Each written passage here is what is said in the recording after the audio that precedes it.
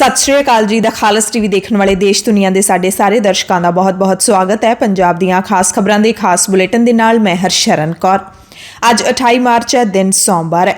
खबरां दे इस खास बुलेटिन दे विच तुहानूं पंजाब नाल जुड़ियां सारियां वड्डियां ताज़ा ते अहम अज दीआं खबरां दस्सांगे। सब तो पहली खबर केंद्र दे वल्लों पंजाब नूं दित्ते एक होर झटके दी है। कल केंद्रीय गृह मंत्री अमित शाह चंडीगढ़ पहुंचे हुए सी ते उन्होंने पंजाब दे हक खोंदा एक ऐलान कर दिता है कि चंडीगढ़ दे मुलाजमां ते हुण पंजाब दे नहीं केंद्र दे नियम लागू होणगे। हुण तक चंडीगढ़ दे मुलाजमां ते पंजाब सिविल सेवावां नियम ही लागू हुंदा आ रहा है। इस बारे केंद्रीय गृह मंत्री ने कहा है कि चंडीगढ़ दे मुलाजमां दीआं सेवा शर्तां ते हुण केंद्रीय सिविल सेवावां दे नियम लागू होणगे ਅਤੇ ਛੇਤੀ ਹੀ ਇੱਕ ਅੱਧੇ ਦਿਨ ਤੱਕ ਨੋਟੀਫਿਕੇਸ਼ਨ ਜਾਰੀ ਕਰ ਦਿੱਤਾ ਜਾਊਗਾ। ਇਹ ਨਿਯਮ ਨਵੇਂ ਵਿੱਤੀ ਵਰੇ 1 ਅਪ੍ਰੈਲ ਤੋਂ ਲਾਗੂ ਕਰ ਦਿੱਤੇ ਜਾਣਗੇ। ਕੇਂਦਰੀ ਨਿਯਮ ਲਾਗੂ ਹੋਣ ਦੇ ਨਾਲ ਹੁਣ ਚੰਡੀਗੜ੍ਹ ਪ੍ਰਸ਼ਾਸਨ ਦੇ ਪੁਲਿਸ ਅਤੇ ਪ੍ਰਸ਼ਾਸਨਿਕ ਅਧਿਕਾਰੀਆਂ ਦੀ ਸੇਵਾ ਮੁਕਤੀ ਦੀ ਉਮਰ 58 ਸਾਲਾਂ ਤੋਂ ਵੱਧ ਕੇ 60 ਸਾਲ ਹੋ ਜਾਊਗੀ। ਹੁਣ ਸਿੱਖਿਆ ਖੇਤਰ ਨਾਲ ਜੁੜੇ ਸਾਰੇ ਅਧਿਆਪਕਾਂ, ਪ੍ਰੋਫੈਸਰਾਂ ਜਾਂ ਹੋਰ ਸਟਾਫ ਦੀ ਸੇਵਾ ਮੁਕਤੀ ਦੀ ਉਮਰ 65 ਸਾਲ ਹੋ ਜਾਵੇਗੀ ਤੇ ਕੇਂਦਰ ਸਰਕਾਰ ਵੱਲੋਂ ਸਿੱਖਿਆ ਖੇਤਰ ਨਾਲ ਜੁੜੇ ਮੁਲਾਜ਼ਮਾਂ ਨੂੰ ਬਾਲ ਸਿੱਖਿਆ ਭੱਤਾ ਵੀ ਦਿੱਤਾ ਜਾਏਗਾ।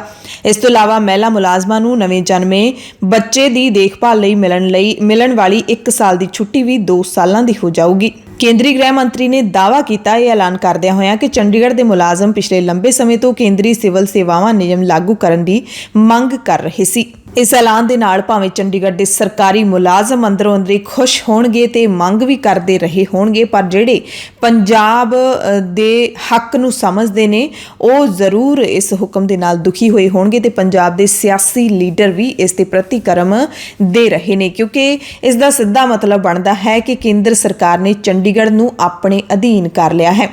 ਰਾਜਧਾਨੀ ਚੰਡੀਗੜ੍ਹ ਜਿਹੜੀ ਕਿ ਪੰਜਾਬ ਦੇ ਪਿੰਡ ਉਜਾੜ ਕੇ ਵਸਾਇਆ ਗਿਆ ਸ਼ਹਿਰ ਹੈ, ਜਿਸ ਤੇ ਪੰਜਾਬ ਦਾ ਹੱਕ ਬਣਦਾ ਹੈ, ਜਿਹੜਾ ਪੰਜਾਬ ਦਾ ਹਿੱਸਾ ਹੋਣਾ ਚਾਹੀਦਾ ਹੈ, ਉਸ ਨੂੰ ਕੇਂਦਰ ਸਰਕਾਰ ਹੁਣ ਹੌਲੀ-ਹੌਲੀ ਤਰੀਕੇ ਨਾਲ ਆਪਣੇ ਅਧੀਨ ਲੈ ਰਹੀ ਹੈ। ਕਾਂਗਰਸ ਦੇ ਵਿਧਾਇਕ ਸੁਖਪਾਲ ਸਿੰਘ ਖਹਿਰਾ ਨੇ ਟਵੀਟ ਕੀਤਾ ਤੁਰੰਤ ਅਤੇ ਬੀਜੇਪੀ ਦੇ ਫੈਸਲੇ ਦੀ ਨਿੰਦਿਆ ਕੀਤੀ। ਕਿਹਾ ਕਿ ਬੀਜੇਪੀ ਦਾ ਤਾਨਾਸ਼ਾਹੀ ਫੈਸਲਾ ਫੈਡਰਲ ਢਾਂਚੇ ਦੇ ਉਲਟ ਹੈ। ਖਹਿਰਾ ਨੇ ਕਿਹਾ ਕਿ ਚੰਡੀਗੜ੍ਹ ਤੇ 60% ਅਧਿਕਾਰ ਪੰਜਾਬ ਦਾ ਹੈ। ਇਸ ਦੇ ਬਾਵਜੂਦ ਚੰਡੀਗੜ੍ਹ ਦੇ ਮੁਲਾਜ਼ਮਾਂ ਤੇ ਕੇਂਦਰੀ ਸਿਵਲ ਸੇਵਾਵਾਂ ਨਿਯਮ ਲਾਗੂ ਕਰਨਾ ਬਿਲਕੁਲ ਗਲਤ ਹੈ। ਹਾਲਾਂਕਿ ਗ੍ਰਹਿ ਮੰਤਰੀ ਨੇ ਇੱਥੇ ਕਿਹਾ ਕਿ ਜਿਹੜੇ ਨਵੇਂ ਨਿਯਮ ਨੇ ਉਹ ਪੰਜਾਬ ਅਤੇ ਹਰਿਆਣਾ ਤੋਂ ਡੈਪੂਟੇਸ਼ਨ ਤੇ ਆਉਣ ਵਾਲੇ ਅਧਿਕਾਰੀਆਂ ਤੇ ਲਾਗੂ ਨਹੀਂ ਹੋਣਗੇ। ਉਨ੍ਹਾਂ ਅਧਿਕਾਰੀਆਂ ਤੇ ਪੰਜਾਬ ਤੇ ਹਰਿਆਣਾ ਨਾਲ ਸੰਬੰਧਿਤ ਨਿਯਮ ਹੀ ਲਾਗੂ ਰਹਿਣਗੇ। ਹਾਲਾਂਕਿ ਜਦੋਂ ਨੋਟੀਫਿਕੇਸ਼ਨ ਆਪਣੇ ਕੋਲ ਆਊਗਾ ਤਾਂ ਨੋਟੀਫਿਕੇਸ਼ਨ ਪੜ੍ਹਨ ਤੋਂ ਬਾਅਦ ਹੀ ਆਪਾਂ ਨੂੰ ਸਾਰੀ ਸਹੀ ਜਾਣਕਾਰੀ ਮਿਲੂਗੀ। ਅਕਾਲੀ ਦਲ ਦੇ ਸੀਨੀਅਰ ਲੀਡਰ ਡਾਕਟਰ ਚੀਮਾ ਨੇ ਵੀ ਇਸ ਫੈਸਲੇ ਨੂੰ ਪੰਜਾਬ ਦੇ ਹੱਕਾਂ ਤੇ ਡਾਕਾ ਦੱਸਿਆ ਹੈ। ਉਹਨਾਂ ਕਿਹਾ ਕਿ ਕੇਂਦਰ ਸਰਕਾਰ ਤਾਨਾਸ਼ਾਹੀ ਦੇ ਨਾਲ ਇਹ ਫੈਸਲੇ ਲੈ ਰਹੀ ਹੈ ਤੇ ਇਹ ਪੰਜਾਬ ਦੇ ਹੱਕ ਖੋਣ ਦੀ ਇੱਕ ਹੋਰ ਵੱਡੀ ਸਾਜ਼ਿਸ਼ ਹੈ। ਕੇਂਦਰ ਸਰਕਾਰ ਦਾ ਜਿਹੜਾ ਵੱਡਾ ਨਵਾਂ ਤਾਨਾਸ਼ਾਹੀ ਫੈਸਲਾ ਹੈ ਕਿ ਚੰਡੀਗੜ੍ਹ ਦੇ ਵਿੱਚ ਮੁਲਾਜ਼ਮਾਂ ਦੇ ਉੱਤੇ ਕੇਂਦਰ ਸਰਕਾਰ ਦੇ ਰੂਲ ਲਾਗੂ ਹੋਣਗੇ, ਮੈਂ ਇਹਦਾ ਡਟ ਕੇ ਵਿਰੋਧ ਕਰਦਾ।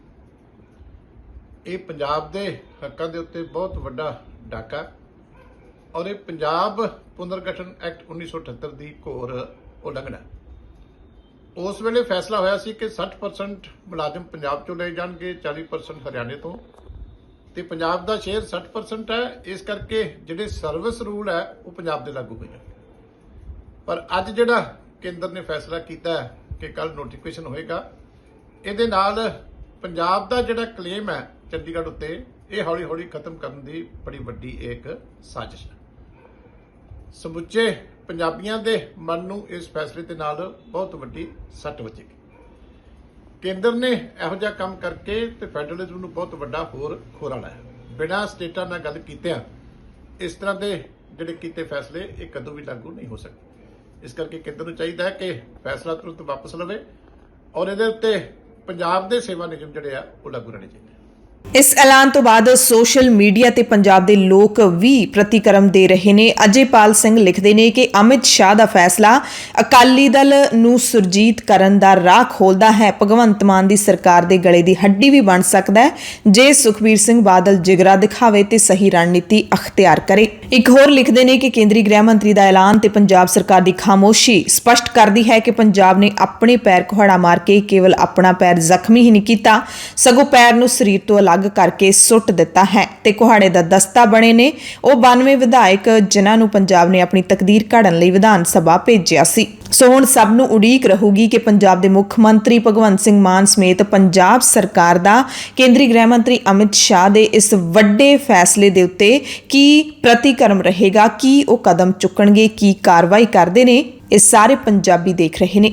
ਹੜਤਾਲਾਂ ਦੀ ਗੱਲ ਕਰ ਲਈਏ ਤਾਂ ਅੱਜ ਟ੍ਰੇਡ ਯੂਨੀਅਨਾਂ ਦੀ 2 ਦਿਨਾ ਹੜਤਾਲ ਸ਼ੁਰੂ ਹੋਣੀ ਹੈ। ਦੇਸ਼ ਵਿਆਪੀ 2 ਰੋਜ਼ਾ ਹੜਤਾਲ ਕਾਰਨ ਬੈਂਕਿੰਗ, ਟਰਾਂਸਪੋਰਟੇਸ਼ਨ, ਰੇਲਵੇ ਤੇ ਬਿਜਲੀ ਨਾਲ ਸੰਬੰਧਿਤ ਜ਼ਰੂਰੀ ਸੇਵਾਵਾਂ ਪ੍ਰਭਾਵਿਤ ਹੋ ਸਕਦੀਆਂ ਨੇ। ਟ੍ਰੇਡ ਯੂਨੀਅਨਾਂ ਨੇ ਸਰਕਾਰ ਦੀਆਂ ਲੋਕ ਵਿਰੋਧੀ, ਆਰਥਿਕ ਤੇ ਮਜ਼ਦੂਰ ਵਿਰੋਧੀ ਨੀਤੀਆਂ ਖਿਲਾਫ 28 ਤੇ 29 ਮਾਰਚ ਨੂੰ ਹੜਤਾਲ ਦਾ ਸੱਦਾ ਦਿੱਤਾ ਸੀ। ਉਹਨਾਂ ਦੀਆਂ ਮੰਗਾਂ ਦੇ ਵਿੱਚ ਲੇਬਰ ਕੋਡ ਨੂੰ ਖਤਮ ਕਰਨਾ, ਕਿਸੇ ਵੀ ਤਰ੍ਹਾਂ ਦਾ ਨਿੱਜੀਕਰਨ ਖਤਮ ਕਰਨਾ, ਮਨਰੇਗਾ ਤਹਿਤ ਉਜਰਤਾਂ ਦੀ ਵੰਡ ਵਿੱਚ ਵਾਧਾ ਕਰਨਾ ਤੇ ਠੇਕਾ ਮਜ਼ਦੂਰਾਂ ਨੂੰ ਰੈਗੂਲਰ ਕਰਨ ਵਰਗੀਆਂ ਮੰਗਾਂ ਸ਼ਾਮਿਲ ਨੇ। ਕਿਸਾਨਾਂ ਨੇ ਵੀ ਟ੍ਰੇਡ ਯੂਨੀਅਨਾਂ ਦੀ ਇਸ ਹੜਤਾਲ ਦਾ ਸਮਰਥਨ ਕੀਤਾ ਹੈ। ਸਾਂਝੇ ਫੋਰਮ ਨੇ ਦਾਅਵਾ ਕੀਤਾ ਹੈ ਕਿ 2 ਦਿਨਾਂ ਦੀ ਹੜਤਾਲ ਵਿੱਚ 20 ਕਰੋੜ ਤੋਂ ਵੱਧ ਸੰਗਠਿਤ ਅਤੇ ਅਸੰਗਠਿਤ ਵਰਕਰਾਂ ਦੇ ਹਿੱਸਾ ਲੈਣ ਦੀ ਉਮੀਦ ਹੈ। ਉਧਰ ਰੋਡਵੇਜ਼ ਦੇ ਮੁਲਾਜ਼ਮਾਂ ਦੀ ਗੱਲ ਕਰ ਲਈਏ ਤਾਂ ਪੰਜਾਬ ਹੀ ਨਹੀਂ, ਹਰਿਆਣਾ ਦੇ ਰੋਡਵੇਜ਼ ਮੁਲਾਜ਼ਮ ਵੀ ਤੰਗ ਨੇ ਤੇ ਉਹਨਾਂ ਨੇ ਵੀ ਅੱਜ ਤੇ ਕੱਲ 2 ਦਿਨਾਂ ਦੀ ਹੜਤਾਲ ਕਰਨ ਦਾ ਐਲਾਨ ਕੀਤਾ ਹੈ।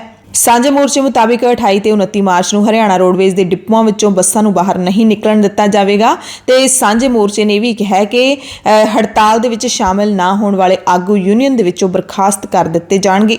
ਤੇ ਇਸ ਹੜਤਾਲ ਦੇ ਮੱਦੇਨਜ਼ਰ ਹਰਿਆਣਾ ਰੋਡਵੇਜ਼ ਪੰਚਕੂਲਾ ਡਿਪੂ ਦੇ ਵੱਲੋਂ ਆਪਣੇ ਸਾਰੇ ਕਰਮਚਾਰੀਆਂ ਦੀਆਂ ਛੁੱਟੀਆਂ ਰੱਦ ਕਰ ਦਿੱਤੀਆਂ ਗਈਆਂ ਨੇ। ਉਹਨਾਂ ਨੂੰ ਡਿਊਟੀ ਤੇ ਹਾਜ਼ਰ ਰਹਿਣ ਦੇ ਹੁਕਮ ਦਿੱਤੇ ਗਏ ਨੇ। ਰੋਡਵੇਜ਼ ਦੇ ਮੁਲਾਜ਼ਮ ਨਿੱਜੀਕਰਨ ਤੇ ਰੋਕ ਲਾਉਣ ਦੀ ਮੰਗ ਦੇ ਵਿੱਚ ਹੜਤਾਲ ਕਰ ਰਹੇ ਨੇ। 10,000 ਨਵੀਆਂ ਬੱਸਾਂ ਵੀ ਰੋਡਵੇਜ਼ ਵਿੱਚ ਸ਼ਾਮਲ ਕਰਨ ਦੀ ਮੰਗ ਕਰ ਰਹੇ ਨੇ। ਪੁਰਾਣੀ ਪੈਨਸ਼ਨ ਸਕੀਮ ਬਹਾਲ ਕਰਨੀ, ਕੱਚੇ ਮੁਲਾਜ਼ਮਾਂ ਨੂੰ ਪੱਕਾ ਕਰਨਾ ਅਤੇ ਖਾਲੀ ਪਈਆਂ ਪੋਸਟਾਂ ਨੂੰ ਤੁਰੰਤ ਭਰਨਾ ਇਹਨਾਂ ਦੀਆਂ ਮੁੱਖ ਮੰਗਾਂ ਨੇ। ਪੰਜਾਬ ਦੇ ਬਿਜਲੀ ਸੰਕਟ ਦੀ ਅਹਿਮ ਜਾਣਕਾਰੀ ਤੁਹਾਨੂੰ ਦੇ ਦਿੰਨੇ ਆ। ਸੈਂਟਰ ਸਰਕਾਰ ਨੇ ਕੋਲਾ ਸਪਲਾਈ ਤੋਂ ਪੱਲਾ ਝਾੜ ਲਿਆ ਹੈ। ਕੇਂਦਰ ਨੇ ਪੰਜਾਬ ਨੂੰ ਕੋਲੇ ਦੀ ਢੁਕਵੀਂ ਸਪਲਾਈ ਦੇਣ ਤੋਂ ਪੱਲਾ ਝਾੜਦਿਆਂ ਵਿਦੇਸ਼ੀ ਕੋਲਾ ਲੈਣ ਦੀ ਸਲਾਹ ਦਿੱਤੀ ਹੈ। ਕੇਂਦਰੀ ਬਿਜਲੀ ਮੰਤਰਾਲੇ ਨੇ ਪੰਜਾਬ ਸਣੇ ਸਾਰੀਆਂ ਸੂਬਾ ਸਰਕਾਰਾਂ ਨੂੰ 26 ਮਾਰਚ ਨੂੰ ਚਿੱਠੀ ਲਿਖ ਕੇ ਸਪਸ਼ਟ ਕੀਤਾ ਹੈ ਕਿ ਹਰ ਸੂਬੇ ਨੂੰ ਕੋਲੇ ਦੀ ਕਮੀ ਦੇ ਲਿਹਾਜ਼ ਨਾਲ ਨਹੀਂ, ਸਗੋਂ ਅਨੁਪਾਤ ਮੁਤਾਬਿਕ ਹੀ ਸਪਲਾਈ ਦਿੱਤੀ ਜਾਊਗੀ।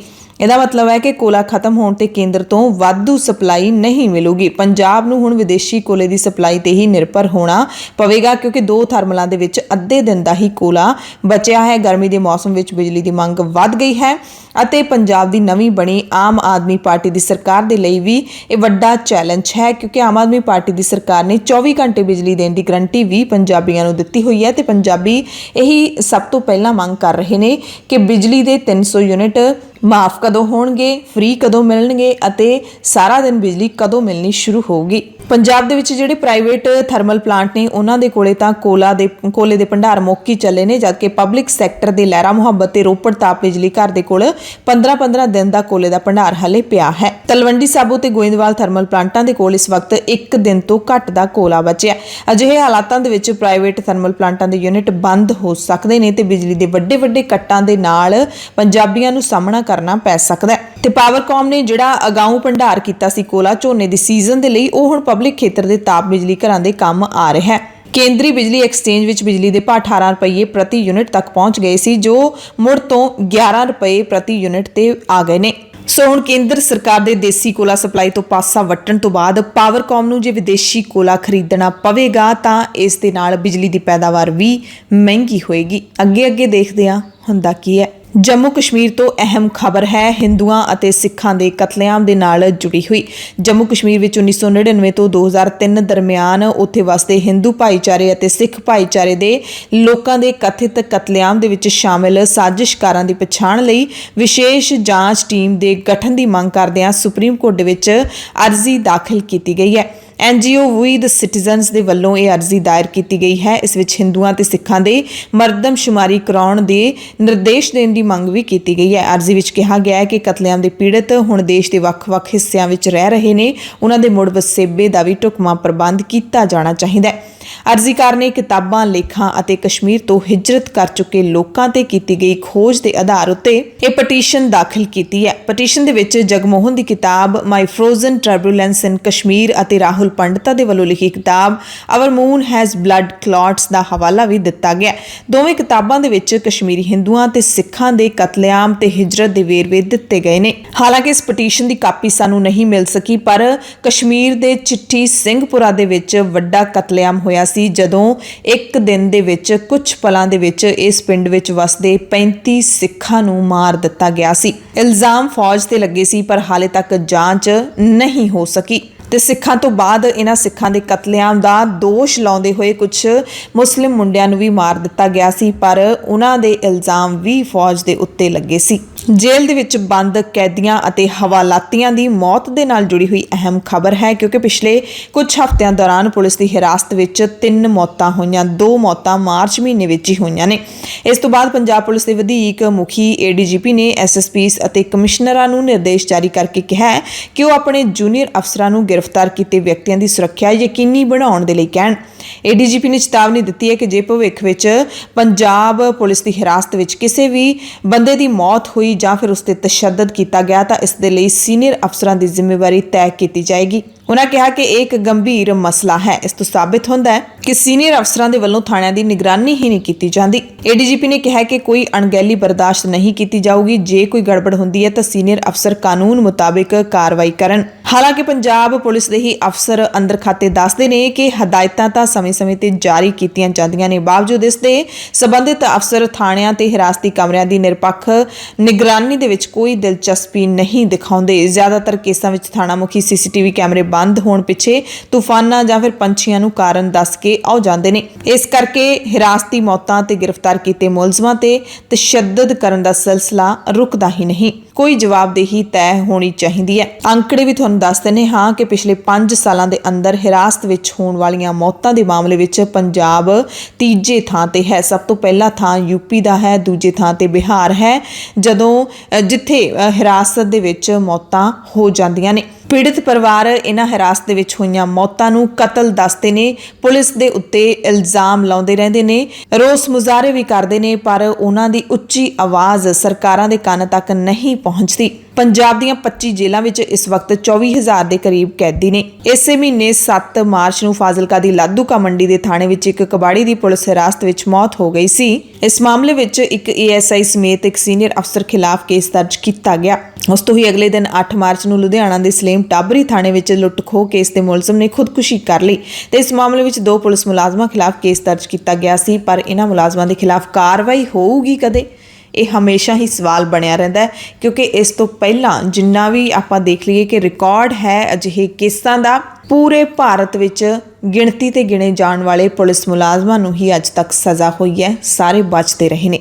ਦਸਤਾਰ ਨੂੰ ਗਾਂ ਦੀ ਪੂਛ ਛੁਹਾਉਣ ਦੇ ਮਾਮਲੇ ਵਿੱਚ ਪੰਜਾਬ ਵਿਧਾਨ ਸਭਾ ਦੇ ਸਪੀਕਰ ਕੁਲਤਾਰ ਸਿੰਘ ਸੰਧਵਾਂ ਦੀ ਖਿਮਾ ਯਾਚਨਾ ਕਰਦੀ ਚਿੱਠੀ ਹਾਲੇ ਅਕਾਲ ਤਖਤ ਸਾਹਿਬ ਸਕੱਤਰੇਤ ਨਹੀਂ ਪਹੁੰਚੀ ਕਿਉਂਕਿ ਛੁੱਟੀ ਸੀ ਤੇ ਅੱਜ ਸਕੱਤਰੇਤ ਖੁੱਲਣ ਤੋਂ ਬਾਅਦ ਹੁਣ ਇਹ ਚਿੱਠੀ ਹੈ ਜਿਹੜੀ ਖਿਮਾ ਯਾਚਨਾ ਪੱਤਰ ਹੈ ਉਹ ਜਥੇਦਾਰ ਤੱਕ ਭੇਜਿਆ ਜਾਵੇਗਾ। ਇਸ ਮਸਲੇ ਤੇ BJP ਲੀਡਰ ਲక్ష్ਮੀ ਕਾਂਤਾ ਚਾਵਲਾ ਨੇ ਰਿਐਕਟ ਕੀਤਾ ਹੈ, ਕਿਹਾ ਕਿ ਪੰਜਾਬ ਵਿੱਚ ਲੋਕ ਗਾਵਾਂ ਦੀ ਰਾਖੀ ਲਈ ਜਾਨਾਂ ਵਾਰ ਦਿੰਦੇ ਨੇ ਪਰ ਸੂਬੇ ਦਾ ਸਪੀਕਰ ਗਾਂ ਤੋਂ ਆਸ਼ੀਰਵਾਦ ਲੈ ਕੇ ਹੁਣ ਪਛਤਾਪ ਕਰ ਰਿਹਾ ਤੇ ਮਾਫੀ ਮੰਗ ਰਿਹਾ ਹੈ। ਉਹਨਾਂ ਨੇ ਕਿਹਾ ਕਿ ਸੰਧਵਾ ਨੇ ਕੋਈ ਅਪਰਾਧ ਨਹੀਂ ਕੀਤਾ ਪਰ ਜੇ ਗਾਂ ਦੀ ਪੂਛ ਸਿਰ ਤੇ ਰੱਖਣਾ ਅਪਰਾਧ ਹੈ ਤਾਂ ਫਿਰ ਉਹ ਭਵਿੱਖ ਵਿੱਚ ਕਦੇ ਵੀ ਗਊਸ਼ਾਲਾ ਨਾ ਜਾਣ ਤੇ ਗਾਂ ਦਾ ਦੁੱਧ ਵੀ ਨਾ ਪੀਣ।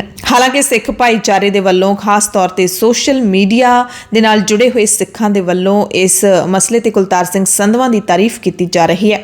ਅਨਾਇਤਪੁਰਾ ਪਿੰਡ ਦੇ ਵਿੱਚ ਜੋ ਕੁਝ ਵੀ ਚੱਲ ਰਿਹਾ ਉਸ ਤੇ ਖਾਸ ਰਿਪੋਰਟ ਅਸੀਂ ਜਲਦੀ ਤੁਹਾਨੂੰ ਦਿਆਂਗੇ। ਇਸ ਮਸਲੇ ਤੇ ਸ਼੍ਰੀ ਅਕਾਲ ਤਖਤ ਸਾਹਿਬ ਦੇ ਕਾਰਜਕਾਰੀ ਜਥੇਦਾਰ ਗਿਆਨੀ ਹਰਪ੍ਰੀਤ ਸਿੰਘ ਨੇ ਵੀ ਆਪਣਾ ਪ੍ਰਤੀਕਰਮ ਦਿੱਤਾ ਹੈ। ਹਰਪ੍ਰੀਤ ਸਿੰਘ ਨੇ ਪਿੰਡ ਅਨਾਇਤਪੁਰਾ ਵਿੱਚ ਗੁੱਜਰਾਂ ਤੇ ਪਿੰਡ ਵਾਸੀਆਂ ਵਿਚਾਲੇ ਹੋਏ ਝਗੜੇ ਦੇ ਮਾਮਲੇ ਵਿੱਚ ਕਿਹਾ ਕਿ ਕੁਝ ਲੋਕ ਇਸ ਲੜਾਈ ਨੂੰ ਧਾਰਮਿਕ ਰੰਗਤ ਦੇਣ ਦੀ ਕੋਸ਼ਿਸ਼ ਕਰ ਰਹੇ ਨੇ। ਫੇਸਬੁੱਕ ਤੇ ਉਹਨਾਂ ਲਿਖਿਆ ਕਿ ਕੁਝ ਮੁਸਲਿਮ ਧਾਰਮਿਕ ਆਗੂਆਂ ਦੇ ਵੱਲੋਂ ਘਟਨਾ ਸਥਾਨ ਤੇ ਜਾਣਾ ਅਜਿਹਾ ਲੱਗਦਾ ਹੈ ਜਿਵੇਂ ਇਸ ਮਾਮਲੇ ਨੂੰ ਧਾਰਮਿਕ ਰੰਗਤ ਦੇਣ ਦੀ ਵਿਉਂਤਬੰਦੀ ਕੀਤੀ ਜਾ ਰਹੀ ਹੈ। ਜਥੇਦਾਰ ਨੇ ਕਿਹਾ ਕਿ ਇਹਦੇ ਨਾਲ ਸਿੱਖ ਸਮਾਜ ਅੰਦਰ ਨਿਰਾਸ਼ਤਾ ਵੀ ਪੈਦਾ ਹੋਈ ਹੈ ਜਿਸ ਨੂੰ ਸਹਿਣ ਕਰਨਾ ਸਾਡੇ ਲਈ ਮੁਸ਼ਕਿਲ ਹੈ। ਅਸੀਂ ਨਹੀਂ ਚਾਹੁੰਦੇ ਪੰਜਾਬ ਦੇ ਅੰਦਰ ਫਿਰਕੂ ਤਣਾਅ ਪੈਦਾ ਹੋਵੇ। ਅਸਲ ਦੇ ਵਿੱਚ ਗੋਲੀ ਚਲਾਉਣ ਵਾਲੀਆਂ ਧਿਰਾਂ ਨੂੰ ਗੋਲੀ ਚਲਾਉਣੀ ਹੀ ਕਿਉਂ ਪਈ? ਲੜਾਈ ਦੇ ਅਸਲ ਕਾਰਨ ਕੀ ਨੇ ਇਹ ਜਾਣੇ ਬਿਨਾਂ ਹੀ ਸਭ ਕੁਝ ਹੋ ਰਿਹਾ ਹੈ। ਪੰਜਾਬ ਦੇ ਵਿੱਚ ਅਕਾਲੀਆਂ ਦੇ ਰਾਜ ਵੇਲੇ 437 ਬੇਕਸੂਰਾਂ ਤੇ ਪਰਚੇ ਦਰਜ ਹੋਏ। ਇਹ ਖੁਲਾਸਾ ਕੀਤਾ ਹੈ ਜਸਟਿਸ ਮਹਿਤਾਬ ਸਿੰਘ ਗਿੱਲ ਦੀ ਅਗਵਾਈ ਵਾਲੇ commission of inquiry the report ਨੇ। ਰਿਪੋਰਟ ਦੇ ਮੁਤਾਬਿਕ ਅਕਾਲੀ BJP ਗੱਠਜੋੜ ਸਰਕਾਰ ਦੌਰਾਨ ਪੰਜਾਬ ਪੁਲਿਸ ਦੇ ਵੱਲੋਂ 437 ਨਿਰਦੋਸ਼ਾਂ ਨੂੰ ਝੂਠੇ ਪੁਲਿਸ ਕੇਸਾਂ ਦੇ ਵਿੱਚ ਫਸਾਇਆ ਗਿਆ। ਪੁਲਿਸ ਨੇ ਸਿਆਸੀ ਰੰਜਿਸ਼ ਤੇ ਹੋਰਨਾਂ ਕਾਰਨਾਂ ਕਰਕੇ ਇਹਨਾਂ ਨਿਰਦੋਸ਼ਾਂ ਨੂੰ ਨਿਸ਼ਾਨਾ ਬਣਾਇਆ। 420 ਪੰਨਿਆਂ ਦੀ ਰਿਪੋਰਟ 4 ਮਾਰਚ ਨੂੰ ਮੁੱਖ ਮੰਤਰੀ ਪੰਜਾਬ ਨੂੰ ਸੌਂਪੀ ਗਈ ਸੀ। ਕਾਂਗਰਸ ਨੇ 2017 ਦੀਆਂ ਚੋਣਾਂ ਦੇ ਪ੍ਰਚਾਰ ਦੌਰਾਨ ਇਹ ਵਾਅਦਾ ਕੀਤਾ ਸੀ ਕਿ ਜਿਨ੍ਹਾਂ ਬੇਕਸੂਰਾਂ ਤੇ ਗੱਠਜੋੜ ਸਰਕਾਰ ਨੇ ਕੇਸ ਦਰਜ ਕੀਤੇ ਸੀ ਉਹਨਾਂ ਦੀ ਪੜਤਾਲ ਕਰਾ ਕੇ ਅਸੀਂ ਕੇਸ ਰੱਦ ਕਰਾਵਾਂਗੇ। ਤੇ ਇਸ ਦੀ ਜਾਂਚ ਲਈ ਤਤਕਾਲੀ ਮੁੱਖ ਮੰਤਰੀ ਕੈਪਟਨ ਅਮਰਿੰਦਰ ਸਿੰਘ ਨੇ ਸੱਤਾ ਸਾਂਭਣ ਤੋਂ ਬਾਅਦ ਹੀ ਜਸਟਿਸ ਮਹਿਤਾਬ ਸਿੰਘ ਗਿੱਲ ਦੀ ਅਗਵਾਈ ਵਿੱਚ ਕਮਿਸ਼ਨ ਆਫ ਇਨਕੁਆਇਰੀ ਦਾ ਗਠਨ ਕੀਤਾ ਸੀ, ਜਿਸ ਨੇ ਪੀੜਤਾਂ ਤੋਂ ਦਰਖਾਸਤਾਂ ਮੰਗੀਆਂ ਤੇ ਪੜਤਾਲ ਕੀਤੀ। ਕਮਿਸ਼ਨ ਨੂੰ 4702 ਸ਼ਿਕਾਇਤਾਂ ਹਾਸਲ ਹੋਈਆਂ ਸੀ। ਪੂਰੀ ਪੜਤਾਲ ਤੋਂ ਬਾਅਦ ਇਹ ਸਿੱਟਾ ਕੱਢਿਆ ਗਿਆ ਕਿ 437 ਬੇਕਸੂਰਾਂ ਤੇ ਕੇਸ ਦਰਜ ਹੋਏ, ਜਿਹੜੇ ਕਿ ਪੂਰੀ ਤਰ੍ਹਾਂ ਦੇ ਨਾਲ ਬੇਕਸੂਰਾਂ ਦੇ ਖਿਲਾਫ ਦਰਜ ਕੀਤੇ ਗਏ, ਜਦਕਿ 4702 ਸ਼ਿਕਾਇਤਾਂ ਦੇ ਵਿੱਚੋਂ 1179 ਸ਼ਿਕਾਇਤਾਂ ਦੇ ਵਿੱਚ ਕੋਈ ਮੈਰਿਟ ਨਹੀਂ ਮਿਲੀ। ਇਹ ਰਿਪੋਰਟ ਤਿਆਰ ਕਰਨ ਵਾਲੇ ਜਸਟਿਸ ਮਹਿਤਾਬ ਸਿੰਘ ਗਿੱਲ ਇਸ ਵਕਤ ਮੁੱਖ ਵਿਜੀਲੈਂਸ ਕਮਿਸ਼ਨਰ ਨੇ ਤੇ ਕਮਿਸ਼ਨ ਆਫ ਇਨਕੁਆਇਰੀ ਤੋਂ ਅਸਤੀਫਾ ਦੇ ਚੁੱਕੇ ਨੇ। ਸੋ ਇਹ ਸਾਰੀ ਜਿਹੜੀ ਰਿਪੋਰਟ ਸਾਹਮਣੇ ਆਈ ਹੈ ਸਾਬਤ ਕਰਦੀ ਹੈ ਕਿ ਪੰਜਾਬ ਦੇ ਵਿੱਚ ਕਿਸ ਕਦਰ ਬਦਲਾਖੋਰੀ ਤਹਿਤ ਨਿਰਦੋਸ਼ਾਂ ਦੇ ਖਿਲਾਫ ਕੇਸ ਦਰਜ ਕੀਤੇ ਜਾਂਦੇ ਨੇ, ਪਰਚੇ ਦਰਜ ਕਰਕੇ ਲੋਕਾਂ ਨੂੰ ਫਸਾਇਆ ਜਾਂਦਾ ਹੈ। ਆਮ ਆਦਮੀ ਪਾਰਟੀ ਦੀ ਸਰਕਾਰ ਦਰਮਿਆਨ ਪੰਜਾਬ ਦੇ ਵਿੱਚ ਇਸ ਸਾਰੇ ਵਰਤਾਰੇ ਨੂੰ ਕਿੰਨੀ ਕੁ ਠੱਲ ਪਵੇਗੀ, ਇਹ ਦੇਖਣਾ ਵੀ ਕਾਫੀ ਅਹਿਮ ਰਹੇਗਾ। ਕਿਸਾਨ ਲੀਡਰ ਰਾਕੇਸ਼ ਟਿਕੈਤ ਕੱਲ ਸਾਹਿਬਜ਼ਾਦਾ ਅਜੀਤ ਸਿੰਘ ਨਗਰ ਮੋਹਾਲੀ ਪਹੁੰਚੇ, ਜਿੱਥੇ ਉਹਨਾਂ ਨੇ ਪ੍ਰੈਸ ਕਾਨਫਰੰਸ ਕੀਤੀ ਅਤੇ ਕਿਹਾ ਕਿ ਕਿਸਾਨ ਆਪਣੀ ਕਣਕ ਦਾ ਇੱਕ ਵੀ ਦਾਣਾ ਘੱਟ ਰੇਟ ਤੇ ਨਾ ਵੇਚੇ, ਸਗੋਂ ਪੂਰਾ ਭਾਅ ਲੈਣ ਦੇ ਲਈ ਸਰਕਾਰੀ ਖਰੀਦ ਏਜੰਸੀਆਂ ਤੇ ਜ਼ੋਰ ਪਾਵੇ। ਟਿਕੈਤ ਨੇ ਇਸ ਮੌਕੇ ਐਲਾਨ ਕੀਤਾ ਕਿ ਯੂਪੀ ਦੇ ਲਖੀਮਪੁਰ ਖੀਰੀ ਘਟਨਾ ਦੇ ਵਿੱਚ ਜੋ ਕਤਲकांड ਵਾਪਰਿਆ ਹੈ, ਉਸ ਦੇ ਲਈ ਜ਼ਿੰਮੇਵਾਰ ਵਿਅਕਤੀਆਂ ਨੂੰ ਸਜ਼ਾਵਾਂ ਦਿਵਾਉਣ ਤੱਕ ਸਾਡਾ ਸੰਘਰਸ਼ ਜਾਰੀ ਰਹੇਗਾ। ਪੰਜਾਬ ਦੇ ਕੈਬਨਿਟ ਮੰਤਰੀ ਹਰਜੋਤ ਸਿੰਘ ਬੈਂਸ ਨੇ ਐਲਾਨ ਕੀਤਾ ਹੈ ਕਿ ਕੀਰਤਪੁਰ ਸਾਹਿਬ ਤੇ ਅਨੰਦਪੁਰ ਸਾਹਿਬ ਨੂੰ ਅਸੀਂ ਸੈਲਾਨੀ ਕੇਂਦਰ ਦੇ ਵਜੋਂ ਵਿਕਸਿਤ ਕਰਾਂਗੇ। ਨੰਗਲ ਨੂੰ ਸੰਸਾਰ ਦੇ ਨਕਸ਼ੇ ਤੇ ਉਭਾਰਨ ਦਾ ਵੀ ਐਲਾਨ ਕੀਤਾ ਹੈ। ਸ਼੍ਰੀ ਅਨੰਦਪੁਰ ਸਾਹਿਬ ਤੋਂ ਮਾਤਾ ਨੈਣਾ ਦੇਵੀ ਤੱਕ ਕਈ ਸਾਲਾਂ ਤੋਂ ਲਟਕਿਆ ਰੋਪੜ ਦਾ ਪ੍ਰੋਜੈਕਟ ਮੁੜ ਲੀਹ ਤੇ ਲਿਆ ਕੇ ਚਾਲੂ ਕਰਵਾਇਆ ਜਾਵੇਗਾ। ਇਸੇ ਤਰ੍ਹਾਂ ਕੀਰਤਪੁਰ ਸਾਹਿਬ ਦੇ ਬਾਜ਼ਾਰਾਂ ਤੇ ਇੱਥੋਂ ਦੇ ਧਾਰਮਿਕ ਸਥਾਨਾਂ ਦੇ ਸੁੰਦਰੀਕਰਨ ਦੀ ਵੀ ਕੋਸ਼ਿਸ਼ ਕੀਤੀ ਜਾਵੇਗੀ। ਤੇ ਹਰਜੋਤ ਸਿੰਘ ਬੈਂਸ, ਜਿਨ੍ਹਾਂ ਦੇ ਕੋਲ ਜੇਲ੍ਹ ਮੰਤਰਾਲਾ ਵੀ ਹੈ ਪੰਜਾਬ ਦਾ, ਉਹਨਾਂ ਦੇ ਵੱਲੋਂ ਪਟਿਆਲਾ ਦੀ ਕੇਂਦਰੀ ਜੇਲ੍ਹ ਦੇ ਸੁਪਰਡੈਂਟ ਦੀ ਜਿਹੜੀ ਬਦਲੀ ਕੀਤੀ ਗਈ ਹੈ, ਉਸ ਤੈਨਾਤੀ ਤੇ ਸਵਾਲ ਖੜੇ ਹੋ ਗਏ ਨੇ। ਇਸ ਬਦਲੀ ਤੋਂ ਬਾਅਦ ਆਮ ਆਦਮੀ ਪਾਰਟੀ ਦੀ ਸਰਕਾਰ ਦੀ ਕਿਰਕਰੀ ਵੀ ਹੋਣ ਲੱਗੀ ਹੈ, ਕਿਉਂਕਿ ਜੇਲ੍ਹ ਦੇ ਸੁਪਰਡੈਂਟ ਸ਼ਿਵਰਾਜ ਸਿੰਘ ਨੂੰ ਬਦਲ ਕੇ ਸੁੱਚਾ ਸਿੰਘ ਨੂੰ ਲਾਇਆ ਗਿਆ ਹੈ। ਤੇ ਸੁੱਚਾ ਸਿੰਘ ਦੀਆਂ ਜਦੋਂ ਸੁਖਬੀਰ ਬਾਦਲ ਦੇ ਨਾਲ ਤਸਵੀਰਾਂ ਬਾਹਰ ਆਈਆਂ ਤਾਂ ਵਿਰੋਧੀ ਧਿਰਾਂ ਦੇ ਲੀਡਰ ਆਮ ਆਦਮੀ ਪਾਰਟੀ ਦੀ ਸਰਕਾਰ ਨੂੰ ਕਟਹਿਰੇ ਦੇ ਵਿੱਚ ਖੜੇ ਕਰਨ ਲੱਗੇ ਨੇ। ਪ੍ਰਤਾਪ ਸਿੰਘ ਬਾਜਵਾ ਨੇ ਟਵੀਟ ਕੀਤਾ ਹੈ ਕਿ ਮੁੱਖ ਮੰਤਰੀ ਭਗਵੰਤ ਮਾਨ ਨੂੰ ਪੰਜਾਬ ਦੇ ਲੋਕਾਂ ਨੇ ਬਦਲਾਅ ਲਈ ਚੁਣਿਆ ਸੀ, ਤੰਜ ਕੱਸਿਆ ਉਹਨਾਂ ਨੇ। ਇਸੇ ਤਰ੍ਹਾਂ ਸੁਖਜਿੰਦਰ ਸਿੰਘ ਰੰਧਾਵਾ ਨੇ ਵੀ ਟਵੀਟ ਕੀਤਾ ਹੈ, ਕਹਿੰਦੇ ਜੇਲ੍ਹ ਵਿਭਾਗ ਵੱਲੋਂ ਜਿਹੜੇ ਵਿਅਕਤੀ ਨੂੰ ਚਾਰਜਸ਼ੀਟ ਕੀਤਾ ਗਿਆ ਸੀ, ਉਸ ਵਿਅਕਤੀ ਨੂੰ ਪਟਿਆਲਾ ਜੇਲ੍ਹ ਦਾ ਸੁਪਰਡੈਂਟ ਲਾ ਦਿੱਤਾ, ਜਿਸ ਦੀ ਬਾਦਲ ਪਰਿਵਾਰ ਦੇ ਨਾਲ ਨੇੜਤਾ ਹੈ। ਬਦਕਿਸਮਤੀ ਨਾਲ ਅਜਿਹਾ ਵਰਤਾਰਾ ਵਾਪਰ ਰਿਹਾ ਹੈ ਤੇ ਨਸ਼ਿਆਂ ਖਿਲਾਫ ਕਾਰਵਾਈ ਕਰਨ ਵਿੱਚ ਸਰਕਾਰਾਂ ਦੀ ਇਹ ਅਣਗਹਿਲੀ ਹੈ। ਰੰਧਾਵਾ ਪੰਜਾਬ ਦੇ ਸਾਬਕਾ ਜੇਲ੍ਹ ਮੰਤਰੀ ਨੇ। ਕਾਂਗਰਸ ਵਿਧਾਇਕ ਪ੍ਰਗਟ ਸਿੰਘ ਨੇ ਵੀ ਇੱਕ ਦਿਨ ਪਹਿਲਾਂ ਟਵੀਟ ਕਰਕੇ ਇਤਰਾਜ਼ ਜਤਾਇਆ ਸੀ। ਬਲਾਤਕਾਰ ਤੇ ਕਤਲ ਦੇ ਦੋਸ਼ਾਂ ਦੇ ਵਿੱਚ ਜੇਲ੍ਹ 'ਚ ਬੰਦ ਡੇਰਾ ਸਰਸਾ ਦੇ ਮੁਖੀ ਗੁਰਮੀਤ ਰਾਮ ਰਹੀਮ ਨੇ ਜੇਲ੍ਹ ਦੇ ਵਿੱਚੋਂ ਆਪਣੇ ਭਗਤਾਂ ਦੇ ਨਾਮ ਚਿੱਠੀ ਜਾਰੀ ਕੀਤੀ ਹੈ। ਸ਼੍ਰੀ ਅਨੰਦਪੁਰ ਸਾਹਿਬ ਤੋਂ ਕਾਂਗਰਸ ਐਮਪੀ ਮਨੀਸ਼ ਤਿਵਾੜੀ ਨੇ ਬੀਬੀਐਮਬੀ ਦੇ ਨਿਯਮਾਂ ਦੇ ਵਿੱਚ ਤਬਦੀਲੀ ਖਿਲਾਫ ਆਵਾਜ਼ ਚੁੱਕਣ ਦੇ ਲਈ ਮੁੱਖ ਮੰਤਰੀ ਭਗਵੰਤ ਸਿੰਘ ਮਾਨ ਨੂੰ ਅਪੀਲ ਕੀਤੀ ਹੈ। ਉਹਨਾਂ ਨੇ ਕਿਹਾ ਕਿ ਪੰਜਾਬ ਦੇ ਨਾਲੇ ਵੱਡਾ ਵਿਤਕਰਾ ਹੈ। ਬੀਬੀਐਮਬੀ ਵਿੱਚ ਪੰਜਾਬ ਕੋਟੇ ਦੇ ਮੁਲਾਜ਼ਮ ਭਰਤੀ ਕਰਨ ਸੰਬੰਧੀ ਉਹ ਸਾਬਕਾ ਮੁੱਖ ਮੰਤਰੀ ਕੈਪਟਨ ਅਮਰਿੰਦਰ ਸਿੰਘ ਤੇ ਚਰਨਜੀਤ ਸਿੰਘ ਚੰਨੀ ਨੂੰ ਵੀ ਕਹਿੰਦੇ ਬੇਨਤੀ ਕਰ ਚੁੱਕੇ ਨੇ, ਪਰ ਹਾਲੇ ਤੱਕ ਇਸ ਤੇ ਕੋਈ ਕਾਰਵਾਈ ਨਹੀਂ ਹੋਈ।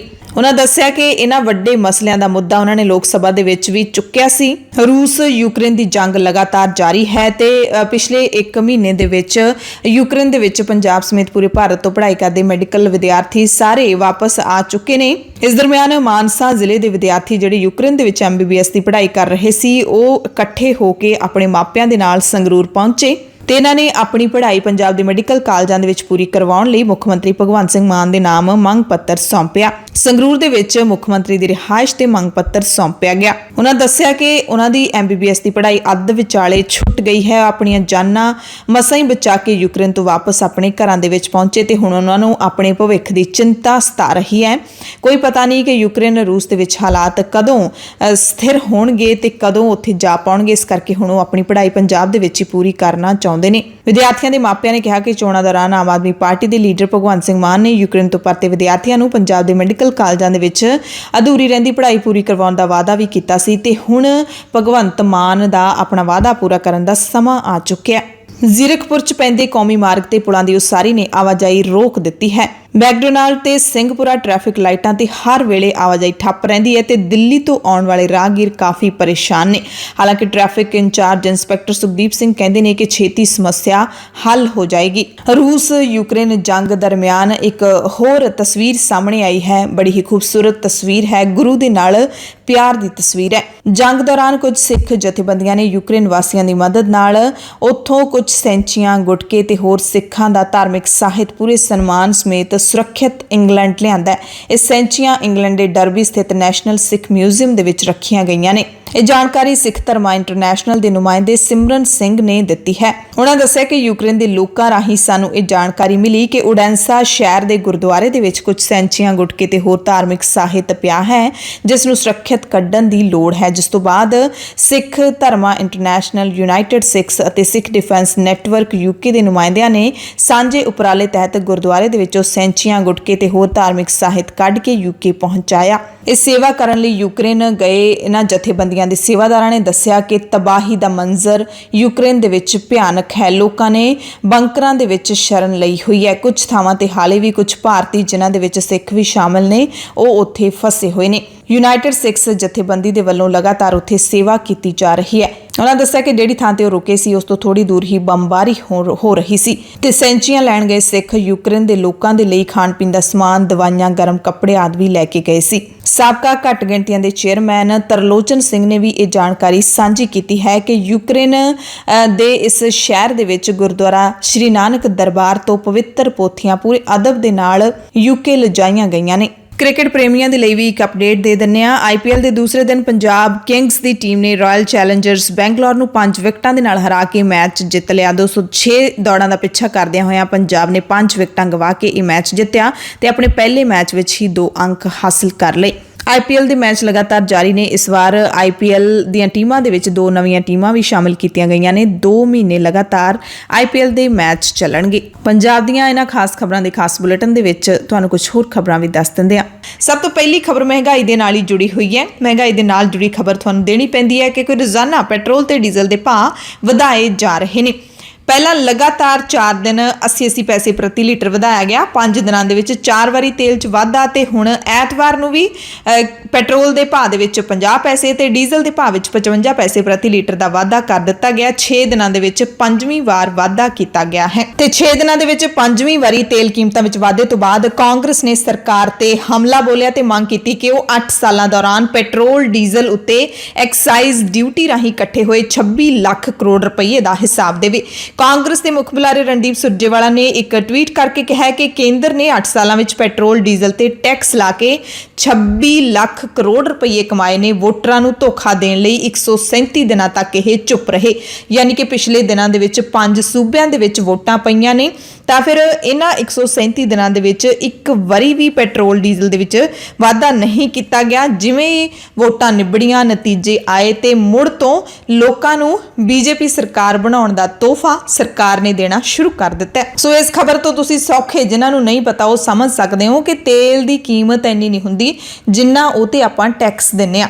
ਟੈਕਸ ਸੈਂਟਰ ਸਰਕਾਰ ਦਾ ਵੱਖਰਾ ਹੁੰਦਾ ਹੈ ਤੇਲ ਦੇ ਭਾਅ ਦੇ ਵਿੱਚ ਤੇ ਸੂਬੇ ਦੀ ਸਰਕਾਰ ਦਾ ਵੱਖਰਾ ਹੁੰਦਾ ਹੈ। ਘੱਟ ਕੋਈ ਵੀ ਨਹੀਂ। ਸੂਬਾ ਸਰਕਾਰਾਂ ਵੀ ਤੁਹਾਡੇ ਤੋਂ ਟੈਕਸ ਲੈਂਦੀਆਂ ਨੇ ਅਤੇ ਜਿਹੜੀਆਂ ਸੈਂਟਰ ਦੀਆਂ ਸਰਕਾਰਾਂ ਨੇ ਉਹ ਵੀ ਟੈਕਸ ਲੈਂਦੀਆਂ ਨੇ ਤੇ ਜੇ ਸਰਕਾਰਾਂ ਆਪੋ ਆਪਣਾ ਟੈਕਸ ਘਟਾ ਦੇਣ, ਉਹਨਾਂ ਦੇ ਹੱਥ ਵਿੱਚ ਹੁੰਦਾ ਇਹ ਕਿ ਤੇਲ ਦੀ ਕੀਮਤ ਘਟਾਈ ਜਾ ਸਕਦੀ ਹੈ ਕਿਉਂਕਿ ਕੱਚੇ ਤੇਲ ਦੀ ਕੀਮਤ ਇੰਨੀ ਜ਼ਿਆਦਾ ਨਹੀਂ ਹੁੰਦੀ ਜਿੰਨਾ ਉਹ ਤੇ ਟੈਕਸ ਹੁੰਦਾ। ਯਾਤਰਾ ਦੇ ਨਾਲ ਜੁੜੀ ਵੱਡੀ ਖਬਰ ਹੈ। ਕਰੋਨਾ ਮਹਾਮਾਰੀ ਕਾਰਨ 2020 ਤੋਂ ਬੰਦ ਪਈਆਂ ਕੌਮਾਂਤਰੀ ਉਡਾਣਾਂ ਐਤਵਾਰ ਸਵੇਰ ਤੋਂ ਮੁੜ ਸ਼ੁਰੂ ਹੋ ਗਈਆਂ ਨੇ।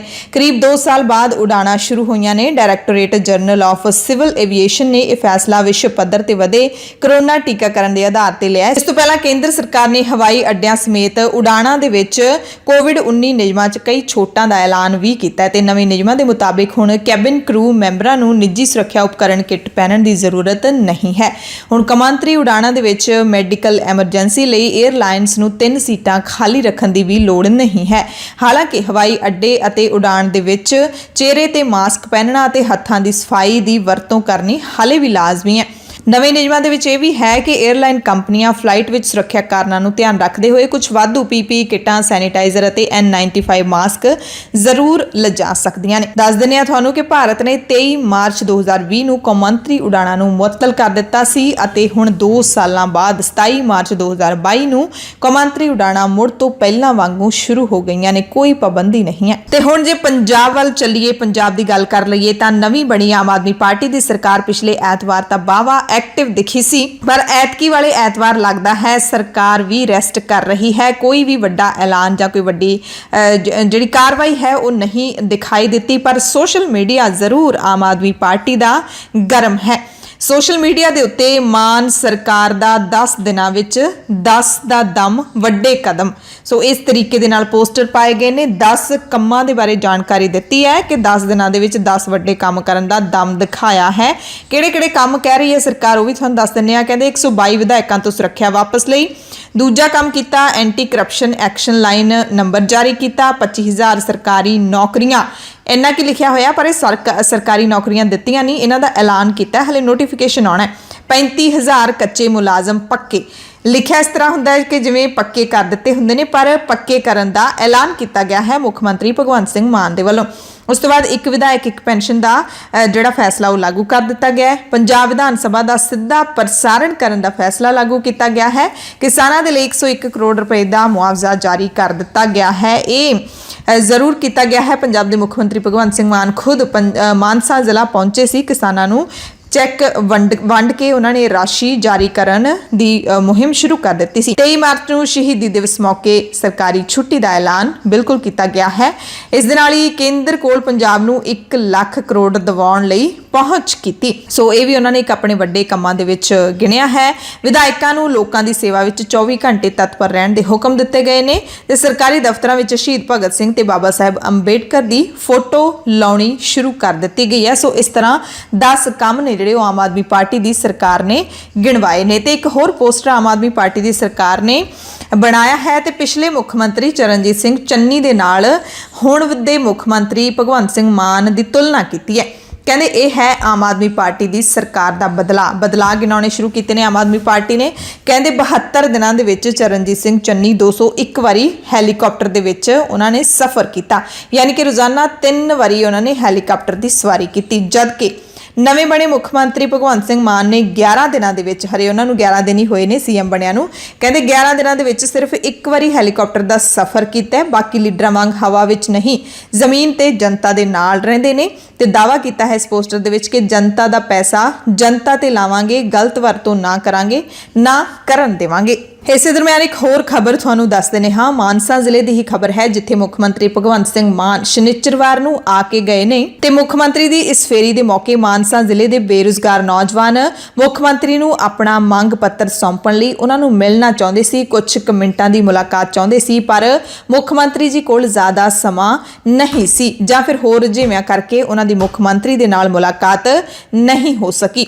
ਉਸ ਤੋਂ ਬਾਅਦ ਇਹਨਾਂ ਨੌਜਵਾਨਾਂ ਨੇ ਮਾਨਸਾ ਤੋਂ ਵਿਧਾਇਕ ਤੇ ਕੈਬਨਿਟ ਮੰਤਰੀ ਡਾਕਟਰ ਵਿਜੇ ਸਿੰਗਲਾ ਨੂੰ ਮੰਗ ਪੱਤਰ ਸੌਂਪੇ। ਇਹਨਾਂ ਨੌਜਵਾਨਾਂ ਦੇ ਵਿੱਚ ਸ਼ਾਮਿਲ ਹਰਪ੍ਰੀਤ ਕੌਰ ਨੇ ਦਾ ਖਾਲਸ ਟੀਵੀ ਦੇ ਨਾਲ ਖਾਸ ਗੱਲਬਾਤ ਕਰਕੇ ਦੱਸਿਆ ਕਿ ਅਸੀਂ ਪੰਜਾਬ ਸਰਕਾਰ ਤੋਂ ਮੰਗ ਕਰ ਰਹੇ ਹਾਂ ਕਿ ਜੋ ਪੈਂਡਿੰਗ ਭਰਤੀਆਂ ਨੇ ਉਹ ਮੁਕੰਮਲ ਕੀਤੀਆਂ ਜਾਣ, ਵੇਟਿੰਗ ਲਿਸਟ ਜਾਰੀ ਕੀਤੀ ਜਾਵੇ। ਉਹਨਾਂ ਨੇ ਵੀ ਦੱਸਿਆ ਕਿ ਅਸੀਂ ਮੰਗ ਪੱਤਰ ਦੇਣ ਦੇ ਲਈ ਮਾਨਸਾ ਪਹੁੰਚੇ ਸੀ, ਪਰ ਸੁਰੱਖਿਆ ਕਰਮੀਆਂ ਨੇ ਆਮ ਲੋਕਾਂ ਨੂੰ ਤਾਂ ਅੰਦਰ ਜਾਣ ਦਿੱਤਾ, ਪਰ ਜਿਨ੍ਹਾਂ ਦੇ ਹੱਥ ਵਿੱਚ ਕੋਈ ਵੀ ਚਿੱਠੀ ਪੱਤਰ ਸੀ ਉਹਨਾਂ ਨੂੰ ਉਹ ਪੁੱਛ ਰਹੇ ਸੀ ਕਿ ਤੁਸੀਂ ਕੋਈ ਮੰਗ ਪੱਤਰ ਸੌਂਪਣਾ ਹੈ ਜਾਂ ਤੁਸੀਂ ਪ੍ਰੋਗਰਾਮ 'ਚ ਸ਼ਾਮਿਲ ਹੋਣ ਲਈ ਆਏ ਹੋ, ਤਾਂ ਮੰਗ ਪੱਤਰ ਵਾਲਿਆਂ ਨੂੰ ਅੰਦਰ ਹੀ ਨਹੀਂ ਜਾਣ ਦਿੱਤਾ ਗਿਆ। ਉਹਨਾਂ ਨੇ ਦੱਸਿਆ ਕਿ ਕਾਂਗਰਸ ਸਰਕਾਰ ਨੇ ਵੀ ਸਾਨੂੰ ਭਰੋਸਾ ਦਿਵਾਇਆ ਸੀ ਕਿ ਸਾਰੀਆਂ ਭਰਤੀਆਂ ਨੂੰ ਰੈਂਕ ਮੁਤਾਬਿਕ ਪੂਰਾ ਕਰਾਂਗੇ, ਪਰ ਅਜਿਹਾ ਕੁਝ ਵੀ ਨਹੀਂ ਕੀਤਾ ਗਿਆ। ਮਾਨਸਾ ਦੇ ਵਿਧਾਇਕ ਸੀਗੇ ਡਾਕਟਰ ਸਿੰਘਲਾ, ਉਹਨਾਂ ਨੇ ਕਿਹਾ ਸੀ ਵੀ ਮਾਨ ਸਾਹਿਬ ਆਉਣਗੇ ਤਾਂ ਹੈਗੇ ਵੀ ਹੁਣ ਅਸੀਂ ਤੁਹਾਨੂੰ ਮਿਲਾ ਦਾਂਗੇ, ਬਟ ਟਾਈਮ ਨਹੀਂ ਸੀਗਾ, ਉਹ ਮਿਲ ਨਹੀਂ ਪਾਏ ਸਾਨੂੰ। ਵੱਖ-ਵੱਖ ਯੂਨੀਅਨ ਦੇ ਬੱਚੇ ਸੀ ਮੈਮ, ਜਿਹੜੇ ਨਾਰਮਲ ਪਰਸਨ ਸੀਗੇ ਉਹਨਾਂ ਨੂੰ ਤਾਂ ਮਤਲਬ ਸਿਕਿਉਰਿਟੀ ਅੰਦਰ ਅਲਾਉ ਕਰਦੀ ਪਈ ਸੀ, ਤੇ ਜਿਹੜੇ ਮਤਲਬ ਸਟੂਡੈਂਟ ਸਟੂਡੈਂਟ ਸੀਗੇ, ਕੋਈ ਵੀ ਸੀਗੇ ਹਨਾ, ਜਿਨ੍ਹਾਂ ਦੇ ਹੱਥ ਦੇ ਵਿੱਚ ਲੈਟਰ ਸੀਗਾ, ਕੋਈ ਵੀ ਉਹ ਕਹਿੰਦੇ ਸੀ ਵੀ ਤੁਸੀਂ ਜਾ ਨਹੀਂ ਸਕਦੇ, ਮੰਗ ਪੱਤਰ ਬਾਹਰ ਦੇ ਸਕਦੇ ਹੋ। ਪੰਜਾਬ ਸਰਕਾਰ ਤੋਂ ਮੰਗ ਕਰਦੇ ਆ ਵੀ 2021 ਦੀਆਂ ਜੋ ਵੀ ਪੈਂਡਿੰਗ ਭਰਤੀਆਂ ਨੇ ਉਹਨਾਂ ਦੀਆਂ ਵੇਟਿੰਗ ਲਿਸਟਾਂ ਜਾਰੀ ਕੀਤੀਆਂ ਜਾਣ। ਤੇ ਹੁਣ ਵੱਖ-ਵੱਖ ਵਿਭਾਗਾਂ ਦੇ ਵਿੱਚ ਭਰਤੀ ਹੋਣ ਦੇ ਚਾਹਵਾਨ ਇਹ ਬੇਰੁਜ਼ਗਾਰ ਨੌਜਵਾਨ ਮੁੱਖ ਮੰਤਰੀ ਭਗਵੰਤ ਸਿੰਘ ਮਾਨ ਨੂੰ ਮੰਗ ਪੱਤਰ ਸੌਂਪਣ ਦੇ ਲਈ ਸੋਮਵਾਰ ਨੂੰ ਚੰਡੀਗੜ੍ਹ ਦੇ ਸੈਕਟਰ 2 ਵਿੱਚ ਸਵੇਰੇ 7 ਵਜੇ ਪਹੁੰਚਣਗੇ। ਬੇਰੁਜ਼ਗਾਰ ਨੌਜਵਾਨਾਂ ਦੇ ਕਰੀਬ 8 ਗਰੁੱਪ ਆਉਣਗੇ ਜਿਹੜੇ ਆਪਣੀਆਂ ਮੰਗਾਂ ਮੁੱਖ ਮੰਤਰੀ ਮੂਹਰੇ ਰੱਖਣਗੇ। ਇਹਨਾਂ ਦੇ ਵੱਲੋਂ ਪੰਜਾਬ 'ਚ ਚੱਲ ਰਹੀਆਂ ਵੱਖ-ਵੱਖ ਭਰਤੀਆਂ ਅਤੇ ਵੇਟਿੰਗ ਲਿਸਟ ਜਾਰੀ ਕਰਨ ਸੰਬੰਧੀ ਮੰਗ ਪੱਤਰ ਦਿੱਤਾ ਜਾਏਗਾ। ਇਹਨਾਂ ਦੇ ਮੁਤਾਬਿਕ ਪਿਛਲੀ ਸਰਕਾਰ ਵੱਲੋਂ ਲਗਭਗ 30,000 ਅਸਾਮੀਆਂ ਦੀ ਭਰਤੀ ਪ੍ਰਕਿਰਿਆ ਸਮਾਨਾਂਤਰ ਚੱਲ ਰਹੀ ਹੈ।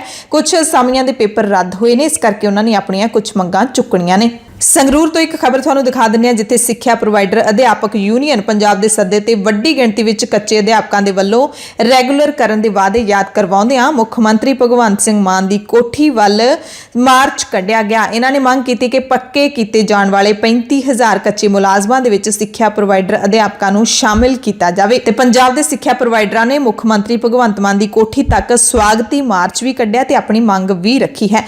ਅਧਿਆਪਕਾਂ ਨੇ ਵਿਧਾਇਕ ਨਰਿੰਦਰ ਕੌਰ ਭਰਾਜ ਅਤੇ ਉਹਨਾਂ ਦੇ ਮਾਤਾ ਹਰਪਾਲ ਕੌਰ ਰਾਹੀਂ ਮੁੱਖ ਮੰਤਰੀ ਪੰਜਾਬ ਨੂੰ ਆਮ ਆਦਮੀ ਪਾਰਟੀ ਦੀ ਸਰਕਾਰ ਬਣਨ ਤੇ ਸ਼ੁਭ ਕਾਮਨਾਵਾਂ ਭੇਜੀਆਂ ਨੇ ਤੇ ਆਪਣੇ ਆਰਥਿਕ ਹਾਲਾਤਾਂ ਬਾਰੇ ਜਾਣੂ ਕਰਵਾਉਂਦਿਆਂ ਰੈਗੂਲਰ ਕਰਨ ਦਾ ਵਾਅਦਾ ਵੀ ਯਾਦ ਕਰਵਾਇਆ ਹੈ। ਕੱਚੇ ਅਧਿਆਪਕ ਪਟਿਆਲਾ ਰੋਡ ਸਥਿਤ ਮਿਲਕ ਪਲਾਂਟ ਦੇ ਨੇੜੇ ਇਕੱਠੇ ਹੋਏ, ਜਿੱਥੋਂ ਸਵਾਗਤੀ ਮਾਰਚ ਕੱਢਦੇ ਹੋਏ ਮੁੱਖ ਮੰਤਰੀ ਦੀ ਰਿਹਾਇਸ਼ ਦੇ ਨੇੜੇ ਪਹੁੰਚੇ। ਇਹਨਾਂ ਦੱਸਿਆ ਕਿ 5,000 ਸਿੱਖਿਆ ਪ੍ਰੋਵਾਈਡਰ ਯਾਨੀ ਕਿ ਕੱਚੇ ਅਧਿਆਪਕ 18 ਸਾਲਾਂ ਤੋਂ ਆਰਥਿਕ ਅਤੇ ਮਾਨਸਿਕ ਪਰੇਸ਼ਾਨੀਆਂ ਝੱਲ ਕੇ ਸ਼ੋਸ਼ਣ ਦਾ ਸ਼ਿਕਾਰ ਹੋ ਰਹੇ ਨੇ ਤੇ ਇਹਨਾਂ ਨੇ ਵੀ ਐਤਕੀ ਬਦਲਾਅ ਵਾਲੀ ਸਰਕਾਰ ਨੂੰ ਸਪੋਰਟ ਕੀਤੀ ਹੈ ਤੇ ਹੁਣ ਆਸ ਹੈ ਕਿ ਇਹਨਾਂ ਦੀਆਂ ਮੰਗਾਂ ਪੂਰੀਆਂ ਹੋਣਗੀਆਂ। ਬੇਅਦਬੀ ਮਸਲੇ ਦੇ ਨਾਲ ਜੁੜੀ ਅਹਿਮ ਖਬਰ ਹੈ। ਡੇਰਾ ਸਿਰਸਾ ਦੇ ਵਿੱਚ ਐਤਵਾਰ ਨੂੰ ਡੇਰਾ ਪ੍ਰੇਮੀਆਂ ਨੇ ਨਾਮ ਚਰਚਾ ਦੇ ਨਾਮ ਤੇ ਵੱਡਾ ਇਕੱਠ ਕੀਤਾ। ਨਾਮ ਚਰਚਾ ਦੌਰਾਨ ਡੇਰਾ ਮੁਖੀ ਦੇ ਵੱਲੋਂ ਸੰਗਤ ਦੇ ਨਾਮ ਲਿਖੀ ਗਈ ਚਿੱਠੀ ਨੂੰ ਪੜ੍ਹ ਕੇ ਸੁਣਾਇਆ ਗਿਆ, ਜਿਸ ਵਿੱਚ ਕਿਸੇ ਵੀ ਧਰਮ ਦੀ ਨਿੰਦਿਆ ਕਰਨ ਅਤੇ ਬੇਅਦਬੀ ਕਰਨ ਦੀ ਗੱਲ ਨੂੰ ਇਹਨਾਂ ਨੇ ਸਿਰੇ ਤੋਂ ਖਾਰਜ ਕਰ ਦਿੱਤਾ ਹੈ। ਨਾਮ ਚਰਚਾ ਤੋਂ ਬਾਅਦ ਡੇਰੇ ਦੇ ਵੱਲੋਂ ਜਾਰੀ ਬਿਆਨ ਦੇ ਵਿੱਚ ਕਿਹਾ ਗਿਆ ਕਿ ਡੇਰਾ ਸਾਰੇ ਧਰਮਾਂ ਦਾ ਸਤਿਕਾਰ ਕਰਦਾ ਹੈ ਤੇ ਡੇਰਾ ਮੁਖੀ ਵੀ ਸਾਰੇ ਧਰਮਾਂ ਦਾ ਸਤਿਕਾਰ ਕਰਨ ਦੀ ਹੀ ਸਿੱਖਿਆ ਦਿੰਦਾ ਹੈ। ਹਾਲਾਂਕਿ ਡੇਰਾ ਮੁਖੀ ਗੁਰਮੀਤ ਰਾਮ ਰਹੀਮ ਸਾਧਵੀਆਂ ਨਾਲ ਜਬਰ ਜਨਾਹ ਤੋਂ ਇਲਾਵਾ ਪੱਤਰਕਾਰ ਰਾਮਚੰਦਰ ਛਤਰਪਤੀ ਅਤੇ ਰਣਜੀਤ ਸਿੰਘ ਕਤਲ ਮਾਮਲੇ ਵਿੱਚ ਰੋਹਤਕ ਦੀ ਸੁਨਾਰੀਆ ਜੇਲ੍ਹ ਵਿੱਚ ਸਜ਼ਾ ਭੁਗਤ ਰਿਹਾ ਹੈ, ਉਮਰ ਕੈਦ ਦੀ। ਤੇ ਪਿਛਲੇ ਦਿਨੀ ਸ੍ਰੀ ਗੁਰੂ ਗ੍ਰੰਥ ਸਾਹਿਬ ਜੀ ਦੀ ਬੇਅਦਬੀ ਮਾਮਲੇ ਦੀ ਜਾਂਚ ਕਰ ਰਹੀ ਸਿੱਟ ਦੇ ਵੱਲੋਂ ਡੇਰਾ ਮੁਖੀ ਤੇ ਦੋਸ਼ ਵੀ ਲਾਏ ਗਏ ਨੇ। ਇਸ ਸੰਬੰਧੀ ਜਾਂਚ ਕਮੇਟੀ ਵੱਲੋਂ ਡੇਰਾ ਮੁਖੀ ਤੋਂ ਸੁਨਾਰੀਆ ਜੇਲ੍ਹ ਵਿੱਚ ਜਾ ਕੇ ਪੁੱਛ ਪੜਤਾਲ ਵੀ ਕੀਤੀ ਜਾ ਚੁੱਕੀ ਹੈ ਤੇ ਡੇਰਾ ਮੁਖੀ ਇਸ ਵਕਤ ਬੇਅਦਬੀ ਦੇ ਨਾਲ ਜੁੜੇ 3 ਕੇਸਾਂ ਦੇ ਵਿੱਚ ਮੁੱਖ ਮੁਲਜ਼ਮ ਦੇ ਵਜੋਂ ਨਾਮਜ਼ਦ ਹੋ ਚੁੱਕਿਆ ਹੈ। ਪਰ ਹਾਲੇ ਵੀ ਡੇਰਾ ਮੁਖੀ ਦੇ ਵੱਲੋਂ ਜੇਲ੍ਹ ਵਿੱਚੋਂ ਭੇਜੀਆਂ ਜਾ ਰਹੀਆਂ ਚਿੱਠੀਆਂ ਦੇ ਵਿੱਚ ਇਹੀ ਕਿਹਾ ਜਾ ਰਿਹਾ ਕਿ ਅਸੀਂ ਸਾਰੇ ਧਰਮਾਂ ਦਾ ਸਤਿਕਾਰ ਕਰਦੇ ਹਾਂ, ਅਸੀਂ ਅਜਿਹਾ ਕੁਝ ਨਹੀਂ ਕੀਤਾ। ਪਰ ਜਿੰਨੀਆਂ ਵੀ ਜਾਂਚ ਕਮੇਟੀਆਂ ਨੇ ਹੁਣ ਤੱਕ ਜਾਂਚ ਕੀਤੀ ਹੈ, ਹਰ ਇੱਕ ਰਿਪੋਰਟ ਦੇ ਵਿੱਚ ਜਿਹੜਾ ਡੇਰਾ ਪ੍ਰੇਮੀਆਂ ਦਾ ਤੇ ਡੇਰੇ ਵਾਲਿਆਂ ਦਾ ਸੰਬੰਧ ਹੈ ਉਹ ਖੁੱਲ ਕੇ ਸਾਹਮਣੇ ਆਉਂਦਾ ਹੈ ਬੇਅਦਬੀ ਦੇ ਕੇਸਾਂ ਦੇ ਨਾਲ। ਹਾਲਾਂਕਿ ਸਜ਼ਾ ਕਿਸੇ ਇੱਕ ਨੂੰ ਵੀ ਨਹੀਂ ਮਿਲੀ ਹੈ। ਇੱਕ ਹੋਰ ਅਹਿਮ ਖਬਰ ਹੈ ਕਿ ਸ਼ਨੀਚਰਵਾਰ ਤੋਂ ਸੋਸ਼ਲ ਮੀਡੀਆ ਤੇ ਇੱਕ ਨੰਬਰ ਖੂਬ ਵਾਇਰਲ ਹੋ ਰਿਹਾ ਹੈ, ਜਿਸ ਨੂੰ ਸਿੱਖਿਆ ਵਿਭਾਗ ਦੇ ਵੱਲੋਂ ਜਾਰੀ ਕੀਤਾ ਦੱਸਿਆ ਜਾ ਰਿਹਾ ਹੈ। ਪਰ ਐਤਵਾਰ ਨੂੰ ਆਮ ਆਦਮੀ ਪਾਰਟੀ ਬਰਨਾਲਾ ਨੇ ਇੱਕ ਬਿਆਨ ਜਾਰੀ ਕਰਕੇ ਕਿਹਾ ਕਿ ਨੰਬਰ ਜਾਲੀ ਹੈ। ਆਮ ਆਦਮੀ ਪਾਰਟੀ ਨੇ ਆਪਣੇ ਬਿਆਨ ਦੇ ਵਿੱਚ ਦੱਸਿਆ ਕਿ ਸੋਸ਼ਲ ਮੀਡੀਆ ਉੱਤੇ ਕੁਝ ਸ਼ਰਾਰਤੀ ਅਨਸਰਾਂ ਨੇ ਇਸ ਸੁਨੇਹੇ ਨੂੰ ਫੈਲਾ ਕੇ ਲੋਕਾਂ ਨੂੰ ਗੁੰਮਰਾਹ ਕੀਤਾ ਹੈ, ਜਿਹੜਾ ਸਰਾਸਰ ਗਲਤ ਹੈ, ਕਿਉਂਕਿ ਸਿੱਖਿਆ ਮੰਤਰੀ ਗੁਰਮੀਤ ਸਿੰਘ ਮੀਥੇਰ ਦੇ ਵੱਲੋਂ ਅਧਿਕਾਰਿਤ ਤੌਰ ਤੇ ਕੋਈ ਵੀ ਅਜਿਹਾ ਬਿਆਨ ਨਹੀਂ ਜਾਰੀ ਕੀਤਾ ਗਿਆ। ਦਰਅਸਲ ਜਿਹੜੀ ਸੋਸ਼ਲ ਮੀਡੀਆ ਤੇ ਪੋਸਟ ਵਾਇਰਲ ਹੋ ਰਹੀ ਹੈ ਉਸ ਦੇ ਵਿੱਚ ਇਹ ਦੱਸਿਆ ਗਿਆ ਕਿ ਸਿੱਖਿਆ ਮੰਤਰੀ ਨੇ ਪੰਜਾਬ ਦੇ ਲੋਕਾਂ ਲਈ ਸ਼ਿਕਾਇਤ ਹੈਲਪਲਾਈਨ ਨੰਬਰ ਜਾਰੀ ਕੀਤੇ ਨੇ ਤੇ ਇਸ ਨੰਬਰ ਤੇ ਤੁਸੀਂ ਮਾਪਿਆਂ ਨੂੰ ਜਿਹੜੀਆਂ ਪ੍ਰਾਈਵੇਟ ਸਕੂਲਾਂ ਦੇ ਨਾਲ ਸੰਬੰਧਿਤ ਸ਼ਿਕਾਇਤਾਂ ਨੇ ਉਹ ਤੁਸੀਂ ਦਰਜ ਕਰਵਾ ਸਕਦੇ ਹੋ ਤੇ 3 ਨੰਬਰ ਵੀ ਦਿੱਤੇ ਗਏ। ਜਦੋਂ ਖਾਲਸ ਟੀਵੀ ਨੇ ਇਹਨਾਂ ਨੰਬਰਾਂ ਤੇ ਸੰਪਰਕ ਕਰਨ ਦੀ ਕੋਸ਼ਿਸ਼ ਕੀਤੀ, 2 ਨੰਬਰ ਤਾਂ ਬੰਦ ਪਾਏ ਗਏ ਤੇ 1 ਨੰਬਰ ਉੱਤੇ ਫੋਨ ਲਗਾਤਾਰ ਕੱਟਿਆ ਜਾ ਰਿਹਾ ਸੀ। ਹਲਕਾ ਸ਼੍ਰੀ ਅਨੰਦਪੁਰ ਸਾਹਿਬ ਤੋਂ ਵਿਧਾਇਕ ਅਤੇ ਕੈਬਨਿਟ ਮੰਤਰੀ ਹਰਜੋਤ ਸਿੰਘ ਬੈਂਸ ਕਾਫੀ ਐਕਟਿਵ ਦਿਖਾਈ ਦੇ ਰਹੇ ਨੇ। ਬੈਂਸ ਨੇ ਹੁਣ ਸਾਡਾ ਵਿਧਾਇਕ ਸਾਡੇ ਵਿੱਚ ਮੁਹਿੰਮ ਸ਼ੁਰੂ ਕੀਤੀ ਹੈ। ਆਪਣੇ ਹਲਕੇ ਦੇ ਪਿੰਡਾਂ ਦੇ ਲੋਕਾਂ ਦੀਆਂ ਮੁਸ਼ਕਲਾਂ ਸੁਣਨ ਦੇ ਲਈ ਉਹਨਾਂ ਨੇ ਆਪਣੇ ਪਿੰਡ ਆਲੋਵਾਲ ਤੋਂ ਸਾਡਾ ਵਿਧਾਇਕ ਸਾਡੇ ਵਿੱਚ ਮੁਹਿੰਮ ਦੀ ਸ਼ੁਰੂਆਤ ਕੀਤੀ ਹੈ। ਉਹਨਾਂ ਨੇ ਆਲੋਵਾਲ ਤੇ ਨੇੜਲੇ ਪਿੰਡਾਂ ਤੋਂ ਆਏ ਲੋਕਾਂ ਦੀਆਂ ਮੁਸ਼ਕਲਾਂ ਸੁਣੀਆਂ, ਛੇਤੀ ਹੱਲ ਕਰਨ ਦਾ ਭਰੋਸਾ ਵੀ ਦਿੱਤਾ। ਇਸ ਦੌਰਾਨ ਪਿੰਡ ਦੇ ਪ੍ਰਾਇਮਰੀ ਤੇ ਹਾਈ ਸਕੂਲ ਦਾ ਵੀ ਬੈਂਸ ਨੇ ਜਾਇਜ਼ਾ ਲਿਆ। ਪਿੰਡ ਵਾਸੀਆਂ ਨੇ ਮੰਤਰੀ ਦੇ ਧਿਆਨ ਵਿੱਚ ਲਿਆਂਦਾ ਕਿ ਆਲੋਵਾਲ ਦੇ ਪ੍ਰਾਇਮਰੀ ਸਕੂਲ ਵਿੱਚ ਅਧਿਆਪਕਾਂ ਦੀਆਂ 2 ਅਸਾਮੀਆਂ ਹੋਣ ਦੇ ਬਾਵਜੂਦ ਵੀ ਲੰਬੇ ਸਮੇਂ ਤੋਂ ਇੱਕ ਸਿੱਖਿਆ ਵਲੰਟੀਅਰ ਹੀ ਸਕੂਲ ਨੂੰ ਚਲਾ ਰਹੀ ਹੈ, ਅਸਾਮੀਆਂ ਭਰੀਆਂ ਹੀ ਨਹੀਂ ਜਾ ਰਹੀਆਂ। ਮੰਗ ਕੀਤੀ ਹੈ ਕਿ ਛੇਤੀ ਤੋਂ ਛੇਤੀ ਸਕੂਲ ਵਿੱਚ ਅਧਿਆਪਕਾਂ ਦੀ ਘਾਟ ਪੂਰੀ ਕੀਤੀ ਜਾਵੇ।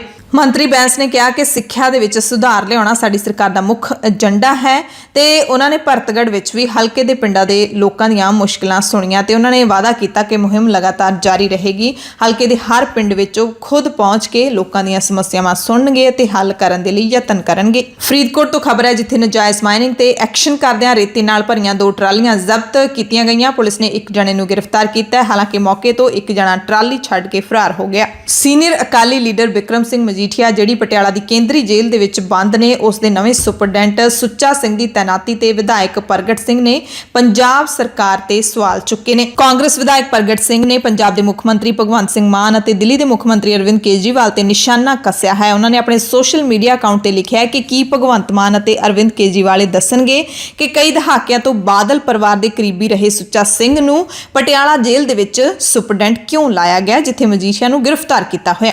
ਅੱਗੇ ਉਹਨਾਂ ਨੇ ਲਿਖਿਆ ਕਿ ਸੁਖਬੀਰ ਬਾਦਲ ਲੰਘੇ ਦਿਨੀ 1 ਮਾਰਚ ਨੂੰ ਬਿਕਰਮ ਸਿੰਘ ਮਜੀਠੀਆ ਨੂੰ ਜੇਲ੍ਹ ਵਿੱਚ ਮਿਲਣ ਤੋਂ ਬਾਅਦ 1 ਘੰਟਾ ਸਪੈਸ਼ਲ ਸੁੱਚਾ ਸਿੰਘ ਨੂੰ ਉਸ ਦੀ ਸਰਕਾਰੀ ਰਿਹਾਇਸ਼ ਤੇ ਮਿਲਣ ਗਏ ਸੀ। ਕੁਝ ਦਿਨ ਬਾਅਦ ਸੁੱਚਾ ਸਿੰਘ ਨੂੰ ਪਟਿਆਲਾ ਜੇਲ੍ਹ ਦਾ ਸੁਪਰਡੈਂਟ ਲਾ ਦਿੱਤਾ ਗਿਆ। ਸੁੱਚਾ ਸਿੰਘ ਨੇ ਖੁਦ ਮੰਨਿਆ ਕਿ ਉਹ ਬਾਦਲਾਂ ਦਾ ਕਰੀਬੀ ਹੈ। ਕੀ ਇਸ ਤਰ੍ਹਾਂ ਬਾਦਲਾਂ ਤੇ ਮਿਹਰਬਾਨ ਹੋ ਕੇ ਇਨਕਲਾਬ ਆਵੇਗਾ? ਕੀ ਇਹੀ ਬਦਲਾਵ ਹੈ? ਇਹ ਤਿੱਖੇ ਸਵਾਲ ਪ੍ਰਗਟ ਸਿੰਘ ਨੇ ਮੁੱਖ ਮੰਤਰੀ ਮਾਨ ਅਤੇ ਕੇਜਰੀਵਾਲ ਤੋਂ ਪੁੱਛੇ ਨੇ। ਉਧਰ ਵਿਧਾਨ ਸਭਾ ਹਲਕਾ ਮਾਨਸਾ ਤੋਂ ਆਮ ਆਦਮੀ ਪਾਰਟੀ ਦੇ ਵਿਧਾਇਕ ਡਾਕਟਰ ਵਿਜੇ ਸਿੰਗਲਾ ਤੋਂ ਕਰਾਰੀ ਹਾਰ ਖਾਣ ਤੋਂ ਬਾਅਦ ਕਾਂਗਰਸ ਦੇ ਉਮੀਦਵਾਰ ਸ਼ੁਭਦੀਪ ਸਿੰਘ ਸਿੱਧੂ ਉਰਫ ਸਿੱਧੂ ਮੂਸੇਵਾਲਾ ਨੇ ਪਹਿਲੀ ਵਾਰੀ ਆਪਣੀ ਹਾਰ ਤੋਂ ਬਾਅਦ ਬਿਆਨ ਦਿੱਤਾ ਹੈ। ਗਾਇਕ ਨੇ ਕਿਹਾ ਹੈ ਕਿ ਪੰਜਾਬ ਚੋਣਾਂ ਦੇ ਵਿੱਚ ਹਾਰਨ ਨਾਲ ਮੈਨੂੰ ਕੋਈ ਫਰਕ ਨਹੀਂ ਪੈਂਦਾ ਤੇ ਅੱਗੇ ਵੀ ਮੈਂ ਚੋਣਾਂ ਵਿੱਚ ਖੜਾ ਹੁੰਦਾ ਰਹਾਂਗਾ। ਮੂਸੇਵਾਲੇ ਨੇ ਕਿਹਾ ਕਿ ਮੈਂ ਆਪਣੇ ਲੋਕਾਂ ਦੇ ਲਈ ਖੜਦਾ ਰਿਹਾ ਤੇ ਜਦੋਂ ਤੱਕ ਮੇਰੇ ਸਾਹ ਨੇ ਮੈਂ ਖੜਦਾ ਰਹਾਂਗਾ। ਮੈਨੂੰ ਹਜ਼ਾਰਾਂ ਹਾਰਾਂ ਵੀ ਝੱਲਣੀਆਂ ਪਈਆਂ ਤਾਂ ਮੈਂ ਝੱਲਣ ਨੂੰ ਤਿਆਰ ਹਾਂ, ਪਰ ਜੇ ਕਿਸੇ ਨੂੰ ਲੱਗਦਾ ਹੈ ਕਿ ਹਾਰਨ ਦੇ ਨਾਲ ਮੇਰਾ ਕਰੀਅਰ ਖਤਮ ਹੋ ਜਾਊਗਾ ਤਾਂ ਜਸਟ ਵੇਟ ਐਂਡ ਵਾਚ। ਤੇ ਸਿੱਧੂ ਮੂਸੇਵਾਲੇ ਦੇ ਦਿਲ ਦਾ ਦਰਦ ਦੁਬਈ ਦੇ ਵਿੱਚ ਉਸ ਦੇ ਇੱਕ ਪ੍ਰੋਗਰਾਮ ਦੇ ਵਿੱਚ ਨਿਕਲਿਆ ਹੈ, ਜਿੱਥੇ ਸਿੱਧੂ ਨੇ ਆਪਣੀ ਹਾਰ ਤੇ ਪੜਾਸ ਕੱਢੀ ਹੈ। ਸਿੱਧੂ ਨੇ ਇਹ ਵੀ ਕਿਹਾ ਕਿ ਕਾਫੀ ਸਮੇਂ ਤੋਂ ਮੈਂ ਆਪਣੇ ਪ੍ਰਸ਼ੰਸਕਾਂ ਨਾਲ ਇਹ ਗੱਲਾਂ ਕਰਨੀਆਂ ਚਾਹੁੰਦਾ ਸੀ। ਰਿਸਪੌਂਸਿਬਿਲਟੀ ਪੂਰੀ ਕੀਤੀ ਤੇ ਮੈਂ ਅੱਗੇ ਵੀ ਕਰਦਾ ਰਹੂੰਗਾ। ਜਿੱਥੇ ਮੈਨੂੰ ਸਾਡੇ ਲੋਕਾਂ ਖਾਤਰ ਖੜਨਾ ਪਿਆ, ਭਾਵੇਂ ਉਹਨਾਂ ਨੇ ਕੋਈ ਹੋਰ ਜਿਤਾਤਾ ਸ਼ਾਇਦ, ਕੋਈ ਦਿੱਕਤ ਨਹੀਂ। ਮੈਂ ਉਹਨਾਂ ਨੂੰ ਇੰਨੀ ਗੱਲ ਕਹਿਣਾ ਉਹਨਾਂ ਪਿੰਡ ਵਾਲਿਆਂ ਨੂੰ, ਮੈਂ ਕਿਹਾ ਜਿੱਥੇ ਤੁਹਾਡਾ ਹਾਰਿਆ, ਜਿੱਥੇ ਹੋਏ ਹੱਥ ਖੜੇ ਕਰਕੇ ਨਾ ਉੱਥੇ ਹਾਰੇ ਹੋਏ ਨੂੰ ਪੁੱਛ ਲਓ, ਤੁਹਾਨੂੰ ਪਤਾ ਲੱਗ ਜੂ ਕੀ ਕੁਛ ਹੈ। ਅੱਜ ਤੋਂ 20-25 ਸਾਲ ਪਹਿਲਾਂ, 20-25 ਕੇ 15 ਸਾਲ ਪਹਿਲੇ ਮੈਨੂੰ ਲੱਗਦਾ, ਅੱਜ ਜੋ ਸਾਡੇ ਮੁੱਖ ਮੰਤਰੀ ਸਾਹਿਬ ਨੇ ਉਹ ਵੀ ਪਹਿਲਾਂ ਜ਼ਮਾਨਤ ਜ਼ਬਤ ਹੋਈ ਸੀ, ਮੇਰੀ ਜ਼ਮਾਨਤ ਜ਼ਬਤ ਨਹੀਂ ਹੋਈ 40 ਸਿਟੀ ਬਿਊਟੀਫੁਲ ਚੰਡੀਗੜ੍ਹ ਦੇ ਵਿੱਚ ਕੇਂਦਰੀ ਗ੍ਰਹਿ ਮੰਤਰੀ ਅਮਿਤ ਸ਼ਾਹ ਐਤਵਾਰ ਨੂੰ ਪਹੁੰਚੇ ਕਰੋੜਾਂ ਰੁਪਏ ਦੇ ਵਿਕਾਸ ਕਾਰਜਾਂ ਦਾ ਉਦਘਾਟਨ ਕੀਤਾ। ਇਸ ਮੌਕੇ ਪੰਜਾਬ ਦੇ ਰਾਜਪਾਲ ਬਨਵਾਰੀ ਲਾਲ ਪੁਰੋਹਿਤ ਅਤੇ ਹੋਰ ਪ੍ਰਸ਼ਾਸਨਿਕ ਅਧਿਕਾਰੀ ਹਾਜ਼ਰ ਸਨ। ਅਮਿਤ ਸ਼ਾਹ ਨੇ ਸਵੇਰੇ ਸੈਕਟਰ 9 ਦੇ ਵਿੱਚ ਚੰਡੀਗੜ੍ਹ ਹਾਊਸਿੰਗ ਬੋਰਡ ਦੇ ਨਵੇਂ ਬਣੇ ਭਵਨ ਦਾ ਉਦਘਾਟਨ ਕੀਤਾ। ਬਾਅਦ ਵਿੱਚ integrated command and control centre ਦਾ ਉਦਘਾਟਨ ਵੀ ਕੀਤਾ। ਇਹ ਲਗਭਗ 274 ਕਰੋੜ ਰੁਪਏ ਦੀ ਲਾਗਤ ਨਾਲ ਤਿਆਰ ਹੋਇਆ ਹੈ। ਇਸ ਪ੍ਰੋਜੈਕਟ ਦੇ ਨਾਲ ਸ਼ਹਿਰ ਦੀ ਟ੍ਰੈਫਿਕ ਵਿਵਸਥਾ ਨੂੰ ਸਮਾਰਟ ਸਿਸਟਮ ਪ੍ਰਣਾਲੀ ਦੇ ਨਾਲ ਜੋੜਿਆ ਜਾਵੇਗਾ। ਇਹਦੇ ਅਧੀਨ ਸ਼ਹਿਰ ਵਿੱਚ ਲਾਏ ਗਏ ਸੀਸੀਟੀਵੀ ਕੈਮਰਿਆਂ ਦੇ ਨਾਲ ਅਪਰਾਧੀ ਅਤੇ ਟ੍ਰੈਫਿਕ ਨਿਯਮਾਂ ਦੀ ਉਲੰਘਣਾ ਕਰਨ ਵਾਲਿਆਂ ਤੇ ਨਜ਼ਰ ਰੱਖੀ ਜਾ ਸਕੇਗੀ। ਇਸ ਦੇ ਨਾਲ ਹੀ ਟ੍ਰੈਫਿਕ ਨਿਯਮਾਂ ਦੀ ਉਲੰਘਣਾ ਕਰਨ ਵਾਲਿਆਂ ਦੇ ਆਨਲਾਈਨ ਚਲਾਨ ਵੀ ਕੱਟੇ ਜਾਣਗੇ। ਇਹ ਕੈਮਰੇ ਰਾਤ ਵੇਲੇ ਵੀ ਸਪਸ਼ਟ ਤਸਵੀਰ ਲੈਣ ਦੀ ਤਕਨੀਕ ਦੇ ਨਾਲ ਲੈਸ ਨੇ। ਮੀਂਹ ਤੇ ਧੁੰਦ ਵਿੱਚ ਵੀ ਫੁਟੇਜ ਦੇ ਮਿਆਰ ਤੇ ਕੋਈ ਫਰਕ ਨਹੀਂ ਪਏਗਾ। ਅਮਿਤ ਸ਼ਾਹ ਨੇ ਦੁਪਹਿਰ ਵੇਲੇ ਸੈਕਟਰ 17 ਦੇ ਵਿੱਚ ਤਿਆਰ ਅਰਬਨ ਪਾਰਕ ਸਮੇਤ ਹੋਰ ਕਈ ਪ੍ਰੋਜੈਕਟਾਂ ਦਾ ਉਦਘਾਟਨ ਕੀਤਾ। ਆਪਣੇ ਸੰਬੋਧਨ ਦੌਰਾਨ ਅਮਿਤ ਸ਼ਾਹ ਨੇ ਕਿਹਾ ਕਿ ਏਕੀਕ੍ਰਿਤ ਕਮਾਂਡ ਸੈਂਟਰ ਆਉਣ ਵਾਲੇ ਦਿਨਾਂ ਵਿੱਚ ਨਾਗਰਿਕ ਪ੍ਰਸ਼ਾਸਨ ਦੇ ਸਾਰੇ ਖੇਤਰਾਂ ਵਿੱਚ ਚੰਡੀਗੜ੍ਹ ਵਿੱਚ ਪਰਿਵਰਤਨ ਕਰਨ ਵਾਲਾ ਹੈ ਤੇ ਇਸ ਸੈਂਟਰ ਦੇ ਵਿੱਚੋਂ ਬਹੁਤ ਸਾਰੀਆਂ ਨਾਗਰਿਕ ਸੁਵਿਧਾਵਾਂ ਦੀ ਮੋਨੀਟਰਿੰਗ ਹੋਵੇਗੀ ਤੇ ਇਹਦੇ ਨਾਲ ਕਹਿੰਦੇ ਇਸ ਨੂੰ ਅਪਗ੍ਰੇਡ ਕਰਨ ਦੀ ਵੀ ਬਹੁਤ ਸਾਰੀ ਵਿਵਸਥਾ ਹੋਵੇਗੀ। ਉਹਨਾਂ ਕਿਹਾ ਕਿ ਚੰਡੀਗੜ੍ਹ ਦੀ ਸੁਰੱਖਿਆ ਤੇ ਟ੍ਰੈਫਿਕ ਦੇ ਵਿੱਚ ਡਿਸਪਲਿਨ ਲਈ ਵੀ ਇਹ ਕਮਾਂਡ ਸੈਂਟਰ ਕੰਮ ਕਰੇਗਾ ਤੇ ਇਹਦੇ ਨਾਲ ਸ਼ਹਿਰ ਵਿੱਚ ਡਿਸਪਲਿਨ ਦਾ ਨਵਾਂ ਵਾਤਾਵਰਣ ਬਣੇਗਾ। चंडीगढ़ हमारा भारत का बहुत कम शहरों में से एक शहर है। पूरे देश भर के अंदर स्मार्ट सिटी का एक कंसेप्ट देश के प्रधानमंत्री नरेंद्र मोदी जी ने रखा और आधुनिक शहर किस तरह से विकसित होने चाहिए, दूरदर्शिता के साथ शहर की बाकी की भूमि, नजदीक की भूमि का भी कैसे प्लानिंग किया जा सकता है। आने वाले दिनों में शहर देश का सबसे डिसिप्लिन और सबसे आधुनिक शहर बनेगा। कहीं और जाने की जरूरत नहीं है। ट्रैफिक का उल्लंघन हुआ, कहीं और जाने की जरूरत नहीं है। चंडीगढ़ वाले ध्यान रखना, कैमरा आपकी कार को देख रहा है, सिग्नल तोड़ते ही घर पे चालान ईमेल से आ जाएगा, किसी को कोई पुलिस की जरूरत नहीं पड़ेगी। एक प्रकार से नया डिसिप्लिन का वातावरण होगा।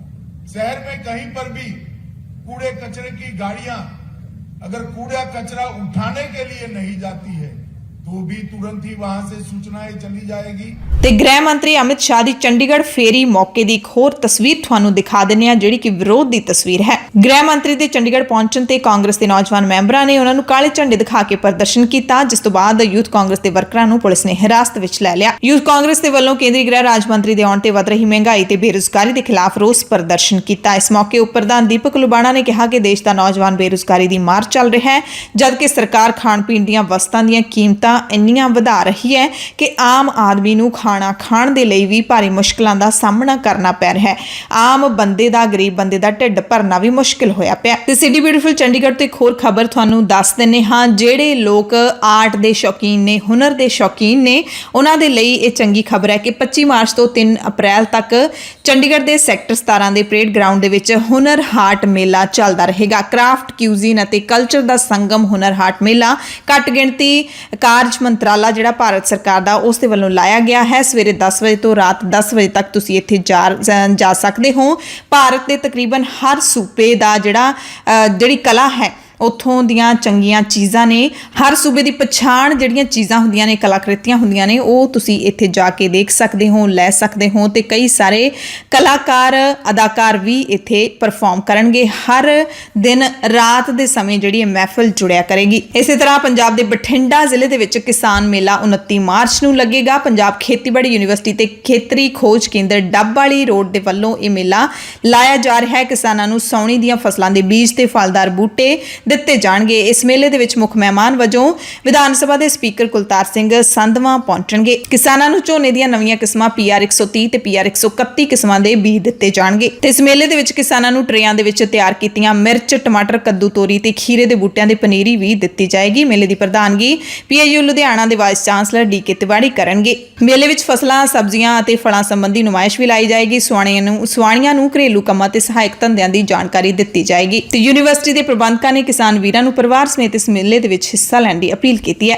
ਭਾਰਤ ਦੇ ਕੇਂਦਰੀ ਹਥਿਆਰਬੰਦ ਪੁਲਿਸ ਬਲਾਂ ਦੇ ਜਵਾਨਾਂ ਦੇ ਲਈ ਇਹ ਚੰਗੀ ਖਬਰ ਹੈ ਕਿ ਜਵਾਨ ਆਪਣੇ ਪਰਿਵਾਰਾਂ ਦੇ ਨਾਲ ਹੁਣ ਘੱਟੋ-ਘੱਟ 100 ਦਿਨ ਗੁਜ਼ਾਰ ਸਕਣਗੇ। ਕੇਂਦਰੀ ਗ੍ਰਹਿ ਮੰਤਰੀ ਅਮਿਤ ਸ਼ਾਹ ਦੇ ਵੱਲੋਂ ਜਵਾਨਾਂ ਨੂੰ ਆਪਣੇ ਪਰਿਵਾਰਾਂ ਦੇ ਨਾਲ ਘੱਟੋ-ਘੱਟ 100 ਦਿਨ ਬਿਤਾਉਣ ਦੀ ਇਜਾਜ਼ਤ ਦੇਣ ਦੇ ਲਈ ਤਜਵੀਜ਼ ਪੇਸ਼ ਕੀਤੀ ਹੈ, ਜਿਸ ਤੇ ਛੇਤੀ ਲਾਗੂ ਹੋਣ ਦੀ ਸੰਭਾਵਨਾ ਹੈ। ਅਧਿਕਾਰੀਆਂ ਨੇ ਦੱਸਿਆ ਕਿ ਵਿਆਪਕ ਨੀਤੀ ਦੇ ਲਈ ਕੰਮ ਕੀਤਾ ਜਾ ਰਿਹਾ ਹੈ ਤੇ ਇਸ ਨੀਤੀ ਦਾ ਉਦੇਸ਼ ਕੰਮ ਸੰਬੰਧੀ ਤਣਾਅ ਨੂੰ ਘਟਾਉਣਾ ਤੇ 10 ਲੱਖ ਜਵਾਨਾਂ ਤੇ ਅਧਿਕਾਰੀਆਂ ਨੂੰ ਰਾਹਤ ਦੇਣਾ ਹੈ। ਭਾਰਤ ਨੇ ਐਤਵਾਰ ਨੂੰ 에ਅਰ ਡਿਫੈਂਸ ਸਿਸਟਮ ਦਾ ਸਫਲ ਪਰੀਖਣ ਕੀਤਾ ਹੈ। ਉੜੀਸਾ ਦੇ ਬਾਲਾਸੋਰ ਤੱਟ ਤੋਂ ਦਰਮਿਆਨੀ ਰੇਂਜ ਦੀ ਜ਼ਮੀਨ ਤੋਂ ਹਵਾ ਤੱਕ ਮਾਰ ਕਰਨ ਵਾਲੀ ਦਰਮਿਆਨੀ ਦੂਰੀ ਦੀ ਮਿਜ਼ਾਈਲ 에ਅਰ ਡਿਫੈਂਸ ਸਿਸਟਮ ਦਾ ਸਫਲ ਪਰੀਖਣ ਕੀਤਾ ਗਿਆ ਹੈ। ਰੂਸ ਯੂਕਰੇਨ ਯੁੱਧ ਦੇ ਨਾਲ ਜੁੜੀਆਂ ਕੁਝ ਅਪਡੇਟਸ ਤੁਹਾਨੂੰ ਦੱਸ ਦਿੰਨੇ ਹਾਂ। ਰੂਸ ਥੰਮਣ ਦਾ ਨਾਮ ਨਹੀਂ ਲੈ ਰਿਹਾ।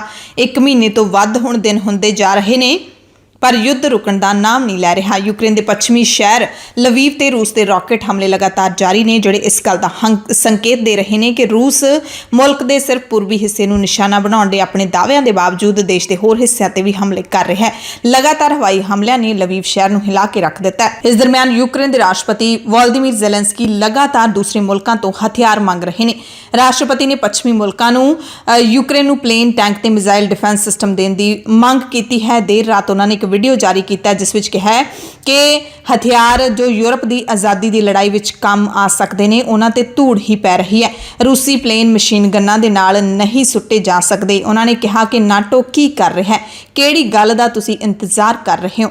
32 ਦਿਨ ਹੋ ਚੁੱਕੇ ਨੇ, ਜ਼ਿਆਦਾ ਨਹੀਂ, ਬਸ ਨਾਟੋ ਕੋਲ ਜੋ ਹੈ ਉਸ ਦਾ ਅਸੀਂ 1% ਹਿੱਸਾ ਹੀ ਮੰਗ ਰਹੇ ਹਾਂ। ਕੀ ਤੁਸੀਂ ਸਾਨੂੰ ਹਥਿਆਰ ਦੇ ਸਕਦੇ ਹੋ? ਪਰ ਬੜੀ ਹੈਰਾਨੀ ਦੀ ਗੱਲ ਹੈ ਕਿ ਨਾ ਤਾਂ ਅੱਜ ਤੱਕ ਅਮਰੀਕਾ ਨੇ ਜਦੋਂ ਤੋਂ ਯੁੱਧ ਸ਼ੁਰੂ ਹੋਇਆ, ਨਾ ਹੀ ਨਾਟੋ ਦੇ ਕਿਸੇ ਮੁਲਕ ਨੇ ਯੂਕਰੇਨ ਨੂੰ ਹਥਿਆਰ ਸਪਲਾਈ ਕੀਤੇ ਨੇ। ਤੇ ਅਜਿਹੇ ਹਾਲਾਤਾਂ ਦੇ ਵਿੱਚ ਯੂਕਰੇਨ ਕਿਵੇਂ ਯੁੱਧ ਦੇ ਵਿੱਚ ਸਰਵਾਈਵ ਕਰੇਗਾ ਅੱਗੇ, ਹੋਰ ਇਹ ਬਹੁਤ ਚਿੰਤਾ ਵਾਲੀ ਗੱਲ ਹੈ ਯੂਕਰੇਨ ਮੁਲਕ ਦੇ ਲਈ, ਜਿਹੜਾ ਕਿ ਆਪਣੀ ਆਜ਼ਾਦੀ ਨੂੰ ਜਿਉਂਦੇ ਰੱਖਣ ਦੇ ਲਈ ਲੜ ਰਿਹਾ ਹੈ, ਲਗਾਤਾਰ ਲੜ ਰਿਹਾ ਹੈ, ਪਿੱਠ ਦਿਖਾ ਕੇ ਭੱਜ ਨਹੀਂ ਰਿਹਾ। ਇਸ ਦਰਮਿਆਨ ਅਮਰੀਕਾ ਦੇ ਰਾਸ਼ਟਰਪਤੀ ਜੋ ਬਾਈਡਨ ਨੇ ਰੂਸੀ ਰਾਸ਼ਟਰਪਤੀ ਵਲਾਦੀਮੀਰ ਪੁਤਿਨ ਤੇ ਤਿੱਖਾ ਹਮਲਾ ਕੀਤਾ ਹੈ। ਯੂਰਪ ਦੇ 4 ਦਿਨਾਂ ਦੌਰੇ ਤੇ ਗਏ ਬਾਈਡਨ ਨੇ ਦੁਨੀਆ ਦੇ ਹੋਰ ਲੀਡਰਾਂ ਨਾਲ ਮੁਲਾਕਾਤ ਦੌਰਾਨ ਕਿਹਾ ਕਿ ਇਹ ਆਦਮੀ ਸੱਤਾ ਦੇ ਵਿੱਚ ਰਹਿ ਨਹੀਂ ਸਕਦਾ। ਇਸ ਤੋਂ ਪਹਿਲਾਂ ਉਹਨਾਂ ਨੇ ਪੁਤਿਨ ਨੂੰ ਕਸਾਈ ਤੱਕ ਕਹਿ ਦਿੱਤਾ ਸੀ, ਪਰ ਬਾਅਦ ਵਿੱਚ ਵਾਈਟ ਹਾਊਸ ਨੇ ਇਸ ਬਿਆਨ ਤੋਂ ਆਪਣੇ ਆਪ ਨੂੰ ਵੱਖ ਕਰ ਲਿਆ ਸੀ। ਪਰ ਦੁਨੀਆ ਦੇਖ ਰਹੀ ਹੈ ਕਿ ਜੋ ਬਾਈਡਨ ਲਗਾਤਾਰ ਰੂਸ ਦੇ ਖਿਲਾਫ ਤਾਂ ਬਿਆਨ ਦਾਗ ਰਹੇ ਨੇ, ਪਰ ਯੂਕਰੇਨ ਜੋ ਮੰਗ ਰਿਹਾ ਉਸ ਨੂੰ ਨਹੀਂ ਦਿੱਤਾ ਜਾ ਰਿਹਾ। ਇਸ ਦੇ ਦਰਮਿਆਨ ਅਮਰੀਕੀ ਵਿਦੇਸ਼ ਮੰਤਰੀ ਐਂਟਨੀ ਬਲਿੰਕਨ ਨੇ ਕਿਹਾ ਕਿ ਰੂਸ ਦੇ ਵਿੱਚ ਰਾਜ ਪਲਟੇ ਦੀ ਵਾਈਟ ਹਾਊਸ ਦੀ ਕੋਈ ਯੋਜਨਾ ਨਹੀਂ ਹੈ। ਉਧਰ ਯੂਕਰੇਨ ਦੇ ਖੇਤੀਬਾੜੀ ਮੰਤਰੀ ਮਿਕੋਲਾ ਸੁਲਸਕੀ ਨੇ ਕਿਹਾ ਕਿ ਜੰਗ ਕਾਰਨ ਦੇਸ਼ ਵਿੱਚ ਅਨਾਜ ਬਾਹਰ ਭੇਜਣ ਦੀ ਸਮਰੱਥਾ ਦਿਨੋਂ ਦਿਨ ਨਿੱਘਰਦੀ ਜਾ ਰਹੀ ਹੈ। ਟੀਵੀ ਤੇ ਬੋਲਦਿਆਂ ਉਹਨਾਂ ਦੱਸਿਆ ਹੈ ਕਿ ਯੂਕਰੇਨ ਦੁਨੀਆ ਦਾ ਸਭ ਤੋਂ ਵੱਡਾ ਅੰਨ ਉਤਪਾਦਕ ਮੁਲਕ ਹੈ, ਜਿਹੜਾ ਹਰ ਮਹੀਨੇ 40 ਤੋਂ 50 ਲੱਖ ਟਨ ਅੰਨ ਬਾਕੀ ਮੁਲਕਾਂ ਨੂੰ ਭੇਜਦਾ ਹੈ, ਜਿਹੜਾ ਘਟ ਕੇ ਹੁਣ ਕੁਝ ਸੈਂਕੜੇ ਟਨ ਹੀ ਰਹਿ ਗਿਆ। ਜੰਗ ਦੇ ਦਰਮਿਆਨ ਕੈਨੇਡਾ ਨੇ ਪੇਸ਼ਕਸ਼ ਕੀਤੀ ਹੈ ਕਿ ਵਿਸ਼ਵ ਦੇ ਊਰਜਾ ਸੰਕਟ ਨੂੰ ਸੁਲਝਾਉਣ ਦੇ ਲਈ ਕੈਨੇਡਾ ਵਧੇਰੇ ਤੇਲ, ਗੈਸ ਤੇ ਯੂਰੇਨੀਅਮ ਮੁਹੱਈਆ ਕਰਵਾ ਸਕਦਾ ਹੈ। ਦਰਅਸਲ ਰੂਸ ਦੇ ਵੱਲੋਂ ਯੂਕਰੇਨ ਤੇ ਕੀਤੇ ਹਮਲੇ ਦੇ ਕਾਰਨ ਵਿਸ਼ਵ ਮੰਡੀ ਦੇ ਵਿੱਚ ਤੇਲ ਤੇ ਗੈਸ ਦੀਆਂ ਕੀਮਤਾਂ ਚੜ੍ਹੀਆਂ ਹੋਈਆਂ ਨੇ। ਕੈਨੇਡਾ ਦੇ ਕੁਦਰਤੀ ਵਸੀਲਿਆਂ ਬਾਰੇ ਮੰਤਰੀ ਨੇ ਕਿਹਾ ਹੈ ਕਿ ਰੂਸੀ ਤੇਲ ਅਤੇ ਗੈਸ ਨੂੰ ਲਾਂਭੇ ਕਰਨ ਲਈ ਕਈ ਮੁਲਕ ਜਿੰਨੀ ਹੋ ਸਕਦਾ ਹੈ ਮਦਦ ਕਰਨ ਦੇ ਲਈ ਵਚਨਬੱਧ ਨੇ ਤੇ ਕੈਨੇਡਾ ਦੁਨੀਆ ਭਰ ਦੇ ਵਿੱਚ ਤੇਲ ਦਾ ਚੌਥਾ ਸਭ ਤੋਂ ਵੱਡਾ ਉਤਪਾਦਕ ਮੁਲਕ ਹੈ ਤੇ 2 ਲੱਖ ਬੈਰਲ ਹੋਰ ਬਰਾਮਦ ਕਰਨ ਦੇ ਲਈ ਤਿਆਰ ਹੈ। ਪੰਜਾਬ ਦੀਆਂ ਖਾਸ ਖਬਰਾਂ ਦੇ ਖਾਸ ਬੁਲੇਟਿਨ ਦੇ ਵਿੱਚ ਹੁਣ ਤੁਹਾਡੇ ਸਭ ਤੋਂ ਇਜਾਜ਼ਤ ਚਾਹੁੰਦੇ ਹਾਂ। ਤੁਸੀਂ ਸਾਰੇ ਆਪਣਾ ਧਿਆਨ ਰੱਖਿਓ। ਧੰਨਵਾਦ।